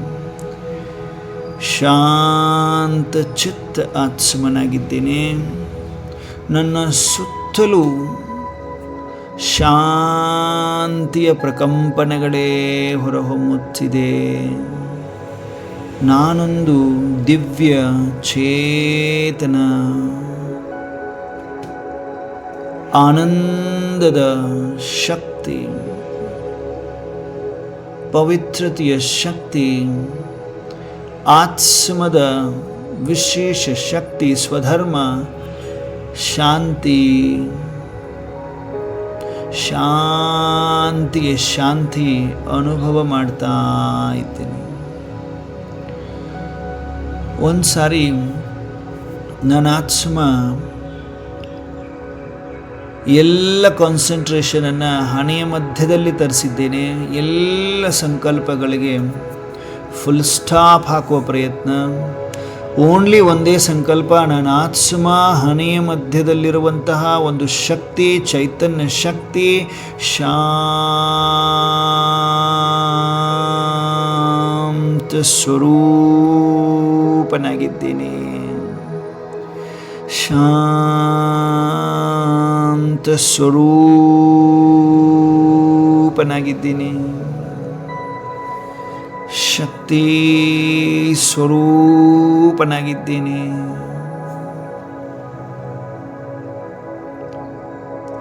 ಶಾಂತಿಯ ಪ್ರಕಂಪನೆಗಳು ನನ್ನ ಶರೀರದ ಸುತ್ತಲೂ ಆವರಿಸಿಕೊಂಡಿವೆ. ನಾನಿರುವ ಸ್ಥಾನದ ವಾಯುಮಂಡಲದ ತುಂಬ ಶಾಂತಿಯ ವೈಬ್ರೇಷನ್ಸ್. ನನ್ನ ಆತ್ಮ ಈಗ ನನ್ನ ಮನಸ್ಸು ಬುದ್ಧಿಯೊಂದಿಗೆ ಈ ಹಣೆಯ ಮಧ್ಯದಿಂದ ಆಚೆ ಬರ್ತಾ ಇದ್ದೇನೆ. ನಕ್ಷತ್ರದಂತೆ ಹೊಳೆಯುತ್ತಿದ್ದೇನೆ. ನಿಧಾನವಾಗಿ ಆಚೆ ಬರ್ತಾ ಇದ್ದೇನೆ. ದೀಪದಂತೆ ಬೆಳಗುತ್ತಾ, ಜಗಮಗಿಸುತ್ತಾ, ಶಾಂತಿಯ ಶಾಂತಿ. ಶರೀರದಿಂದ ಆಚೆ ಬಂದಿದ್ದೇನೆ. ಈ ಶರೀರವನ್ನು ಒಬ್ಸರ್ವ್ ಮಾಡ್ತಾ ಇದ್ದೀನಿ. ಡಿಟ್ಯಾಚ್ಡ್ ಒಬ್ಸರ್ವರ್ ಆಗಿ. ಆತ್ಮ ಚುಕ್ಕೆಯಂತೆ, ನಕ್ಷತ್ರದಂತೆ, ದೀಪದಂತೆ ಈಗ ಬೆಳಗುತ್ತಾ ಮನೆಯಿಂದ ಕಿಟಕಿಯ ಮುಖಾಂತರ ಸೂಕ್ಷ್ಮ ಶಕ್ತಿ ಹೊರಟಿದೆ. ಆಕಾಶದತ್ತ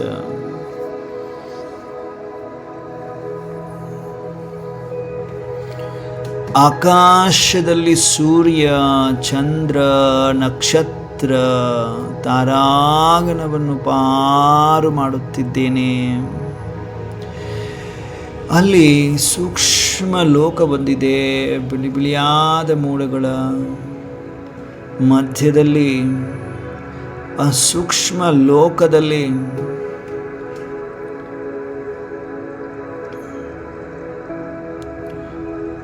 ಹಗೂರತೆಯ ಅನುಭವ ಮಾಡುತ್ತಾ ನಾನಾತ್ಮ ಮೂಲ ಲೋಕಕ್ಕೆ ಹೊರಡಲು ಸಿದ್ಧನಾಗಿದ್ದೇನೆ.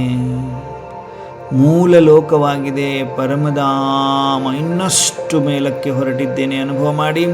ಸೂಕ್ಷ್ಮ ವತನವನ್ನೂ ಪಾರು ಮಾಡಿ ಇನ್ನೊಂದು ಲೋಕಕ್ಕೆ ಹೊರಟಿದ್ದೇನೆ. ಆ ಲೋಕವೇ ನಾನಾತ್ಮನ ನಿಜ ಮನೆ ಆಗಿದೆ. ಆ ಲೋಕವೇ ಶಾಂತಿಧಾಮ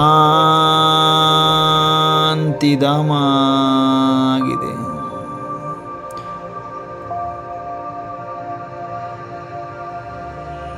ಈ ಶಾಂತಿಧಾಮವನ್ನು ನೋಡ್ತಾ ಇದ್ದೇನೆ ಅಂತರ್ಚಕ್ಷುಗಳಿಂದ.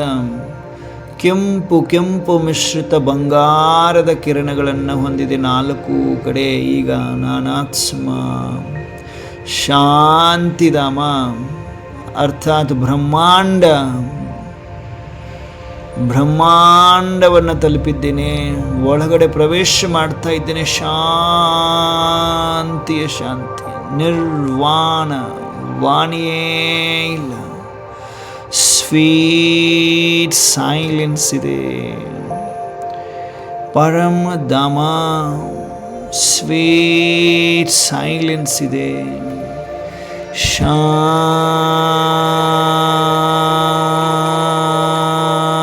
ಶಾಂತಿಯ ಶಾಂತಿ.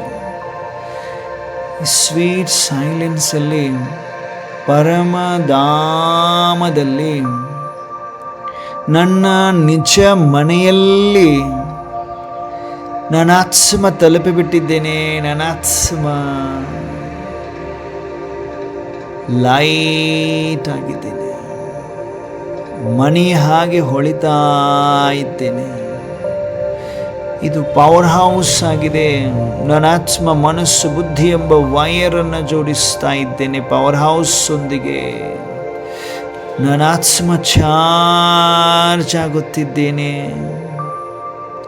ಚಾರ್ಜ್ ಆಗುತ್ತಿದೆ. ಪವರ್ ಹೌಸ್ ಅಂದರೆ ಪರಮಾತ್ಮ, ನಿರಾಕಾರ ಜ್ಯೋತಿ, ಪರಮ ಜ್ಯೋತಿ, ಮಹಾಜ್ಯೋತಿ,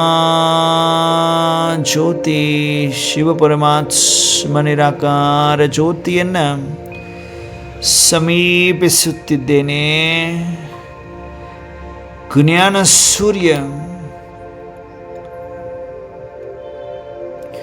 ಸೂರ್ಯಕೋಟಿ ಸಮಪ್ರಭ. ಅವನ ಪ್ರಭೆ ಸೂರ್ಯ ಕೋಟಿ ಸೂರ್ಯನ ಹಾಗೆ ಕಣ್ಣು ಕುಕ್ಕುವ ಹಾಗೆ ಇಲ್ಲ, ಆದರೆ ಅವನ ಶಕ್ತಿ ಕೋಟಿ ಸೂರ್ಯನಿಗೆ ಹೋಲಿಸಲಾಗಿದೆ.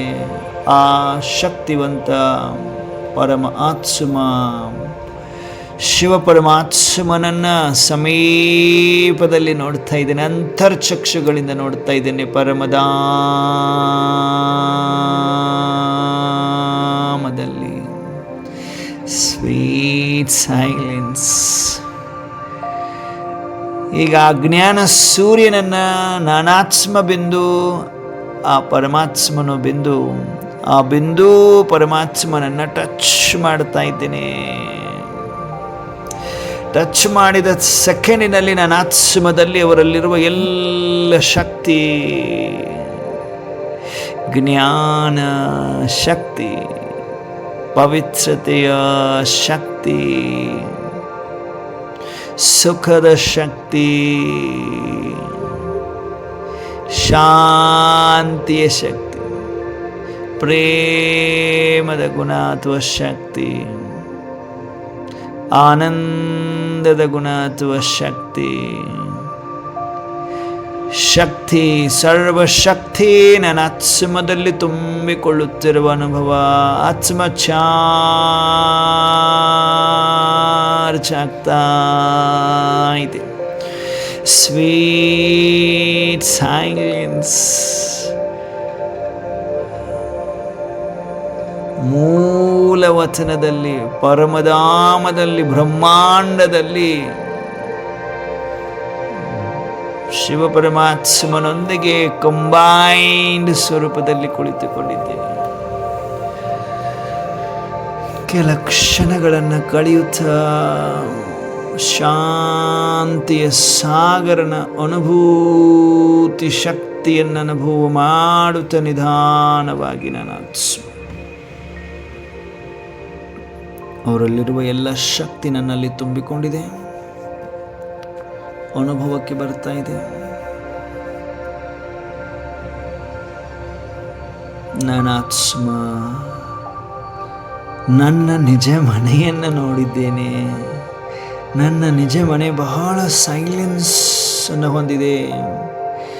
ಜ್ಞಾನ, ಪವಿತ್ರತೆ, ಸುಖ, ಶಾಂತಿ, ಪ್ರೇಮ, ಆನಂದ, ಶಕ್ತಿಯ ಕಿರಣಗಳನ್ನೇ ಹೊಂದಿದೆ. ಸುಪ್ರೀಮ್ ಅಬಾಟ್ ನನ್ನ ಆತ್ಮನ ಮೂಲ ಮನೆ ಪರಮಧಾಮದಲ್ಲಿ, ಪವರ್ ಹೌಸಲ್ಲಿ ಮನಸ್ಸು, ಬುದ್ಧಿ ಎಂಬ ವಾಯರನ್ನು ಜೋಡಿಸಿ ಆತ್ಮ ಕರೆಂಟನ್ನು ಅನುಭವ ಮಾಡ್ತಾ ಇದೆ. ಆತ್ಮರೂಪಿ ಬ್ಯಾಟರಿ ಚಾರ್ಜ್ ಆಗಿ ಶಾಂತಿಯ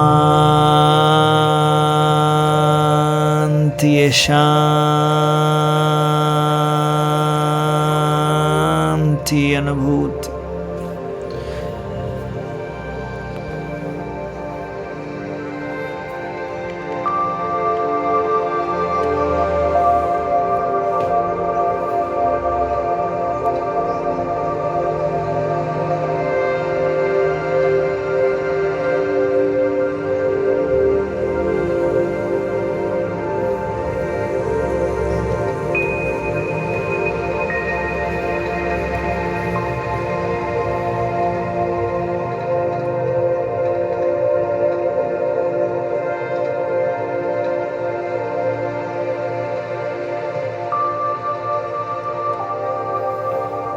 ಮೂರನೇ ಲೋಕ ಪರಮಧಾಮ, ಶಾಂತಿಧಾಮ, ಬ್ರಹ್ಮಾಂಡದಲ್ಲಿದ್ದೇನೆ. ಆತ್ಮ ಚಾರ್ಜ್ ಆಗುತ್ತಿದೆ ನನ್ನ ಮನೆಯಲ್ಲಿ, ಪವರ್ ಹೌಸಲ್ಲಿ. ಕಂಪ್ಲೀಟ್ ಆತ್ಮ ಜಗಮಗಿಸುತ್ತಿದೆ, ಆತ್ಮ ಜಗಮಗಿಸುತ್ತಿದೆ ಚಾರ್ಜ್ ಆಗಿ. ಲೈಟ್ನ ಅನುಭವ.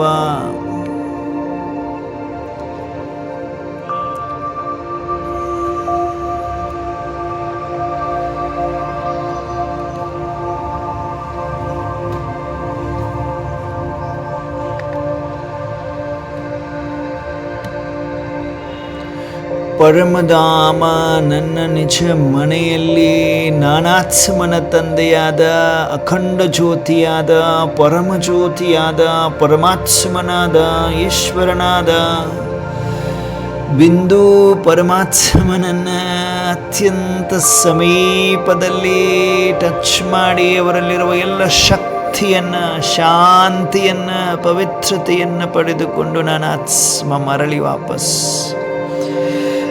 ನಿರ್ವಾಣಧಾಮದಿಂದ ನಿಧಾನವಾಗಿ ಆತ್ಮಜ್ಯೋತಿ ಜಗಮಗಿಸುತ್ತ ನಿಧಾನವಾಗಿ ಬಹಳಷ್ಟು ಚಾರ್ಜ್ ಆಗಿದೆ. ಆತ್ಮದಲ್ಲಿ ಕರೆಂಟ್ ಹರಿತಾ ಇದೆ, ಆತ್ಮ ಪ್ರಕಾಶಿಸುತ್ತಿದೆ, ಜಗಮಗಿಸುತ್ತಿದ್ದೇನೆ. ಪರಮಧಾಮದಿಂದ ನಿಧಾನವಾಗಿ ಕೆಳಗಡೆ ಇಳಿತಾ ಇತ್ತು. ಕೆಳಗಡೆ ಇಳಿದ ತಕ್ಷಣವೇ ಸೂಕ್ಷ್ಮ ಲೋಕ, ಬಿಳಿ ಬಿಳಿಯಾದ ಮೋಡಗಳು. ಸೂಕ್ಷ್ಮ ಲೋಕವನ್ನು ಪಾರು ಮಾಡಿ ಮರಳಿ ಕೆಳಗಡೆ ಬರ್ತಾ ಇದ್ದೇನೆ. ಆಕಾಶ, ಸೂರ್ಯ, ಚಂದ್ರ, ನಕ್ಷತ್ರ, ತಾರಾಗಣಗಳನ್ನು ನೋಡುತ್ತಾ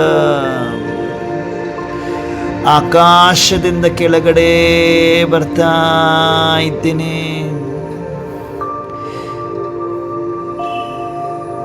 ಸ್ಥೂಲ ಮನೆಯ ಹತ್ತಿರಕ್ಕೆ ಬಂದಿದ್ದೇನೆ. ಅನುಭವ ಮಾಡಿ ತಮ್ಮ ತಮ್ಮ ಮನೆಯ ಮುಂದೆ ದೀಪ ಬೆಳಗುತ್ತಾ ಬಂದಿದೆ. ಆತ್ಮ ಜ್ಯೋತಿ ದೀಪದಂತೆ, ಜ್ಯೋತಿಯಂತೆ, ಬಿಂದುವಂತೆ ಜಗಮಗಿಸುತ್ತಾ ಬಂದಿದೆ. ಈಗ ನಾನು ಆತ್ಮ ಮನೆಯ ಮುಂದೆ ಬಂದಿದ್ದೇನೆ. ಮನೆಯ ಒಳಗಡೆ ಕಿಟಕಿಯ ಮುಖಾಂತರ ಪ್ರವೇಶ ಮಾಡ್ತಾ ಇದ್ದೇನೆ. ನನ್ನ ಸ್ಥೂಲ ಶರೀರದ ಹತ್ತಿರ ಬಂದಿದ್ದೇನೆ. ಪ್ರಕಾಶತೆ ಮನೆಯ ತುಂಬ ಪ್ರಕಾಶತೆ. ನನ್ನ ಆತ್ಮ ಚಾರ್ಜ್ ಆಗಿ ಬಂದಿದ್ದೇನೆ. ಮನೆಯ ತುಂಬ ಪ್ರಕಾಶತೆ. ಈಗ ನನ್ನ ಸ್ಥೂಲ ಶರೀರವನ್ನು ನೋಡ್ತಾ, ನನ್ನ ಸ್ಥೂಲ ಶರೀರವನ್ನು ಸುತ್ತು ಹಾಕುತ್ತಾ ನಿಧಾನವಾಗಿ ನನ್ನ ಆತ್ಮ ಜ್ಯೋತಿರ್ಬಿಂದು ಹಣೆಯ ನನ್ನ ಸ್ಥೂಲ ಶರೀರದ ಹಣೆಯ ಮಧ್ಯದಲ್ಲಿ ಬಂದು ಪ್ರವೇಶಿಸುತ್ತಿದ್ದೇನೆ. ಪ್ರವೇಶ ಮಾಡಿದ ಸೆಕೆಂಡಿನಲ್ಲಿ ನಾನಾತ್ಮದಲ್ಲಿ ತುಂಬಿಕೊಂಡಿರುವ ಪ್ರಕಾಶತೆ, ಸರ್ವಶಕ್ತಿ ಎಲ್ಲ ಶರೀರದ ಅಂಗದಲ್ಲಿ ತುಂಬಿಕೊಳ್ತಾ ಇದೆ. ಆತ್ಮ ಹಣೆಯ ಮಧ್ಯದಲ್ಲಿ ಮಣಿಯ ತರಹ ಹೊಳೆಯುತ್ತಿದೆ. ಚೈತನ್ಯ ಶಕ್ತಿ ನಾನಾತ್ಮ ಹಣೆಯ ಮಧ್ಯದಲ್ಲಿ ಆತ್ಮ ಜಗಮಗಿಸುತ್ತಿದೆ. ಶರೀರದ ಅಂಗದಲ್ಲಿ ನಾನಾತ್ಮನ ಚೈತನ್ಯ ಶಕ್ತಿ ಹರಿಯುತ್ತಿದೆ. ನಾನಾತ್ಮ ಚೈತನ್ಯ ಶಕ್ತಿಯನ್ನು ಹೊಂದಿದ್ದೇನೆ. ನಾನಾತ್ಮ ಶಾಂತ ಸ್ವರೂಪನಾಗಿದ್ದೇನೆ. ಶಕ್ತಿ ಸ್ವರೂಪನಾಗಿದ್ದೇನೆ. ಆನಂದ ಸ್ವರೂಪನಾಗಿದ್ದೇನೆ. ಪ್ರೇಮ ಸ್ವರೂಪನಾಗಿದ್ದೇನೆ. ಚೆಹರೆಯಲ್ಲಿ ಮುಗುಳ್ನಗೆ, ಹಣೆಯ ಮಧ್ಯದಲ್ಲಿ ಲೈಟಿನ ಅನುಭವ, ಹಗೂರತೆಯ ಅನುಭವ, ಹಗೂರತೆಯ ಅನುಭವ. ಎರಡೂ ಕೈಗಳನ್ನ ರಬ್ ಮಾಡಿ ನಾನಾತ್ಮ ಶಾಂತ ಸ್ವರೂಪನಾಗಿದ್ದೇನೆ ಅಂತ ಎರಡೂ ಕೈಗಳನ್ನ ರಬ್ ಮಾಡ್ತಾ ಶಾಂತ ಸ್ವರೂಪನಾಗಿದ್ದೇನೆ. ಶಾಂತ ಸ್ವರೂಪನಾಗಿದ್ದೇನೆ. ಶಾಂತ ಸ್ವರೂಪನಾಗಿದ್ದೇನೆ. ಶಾಂತ ಸ್ವರೂಪನಾಗಿದ್ದೇನೆ. ಎರಡು ಕೈಗಳನ್ನ ರಬ್ ಮಾಡ್ತಾ ಮುಖದ ಮೇಲೆ ಹೀಗೆ ಸವರಿಸ್ಕೊಳ್ಳಿ. ಮುಖದ ಮೇಲೆ ಸವರ್ಕೊಳ್ಳಿ.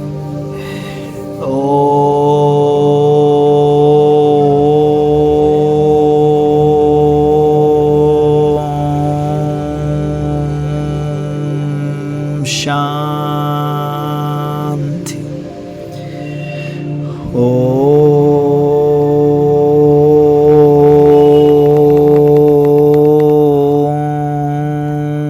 ಶಾಂತಿ. ಓಂ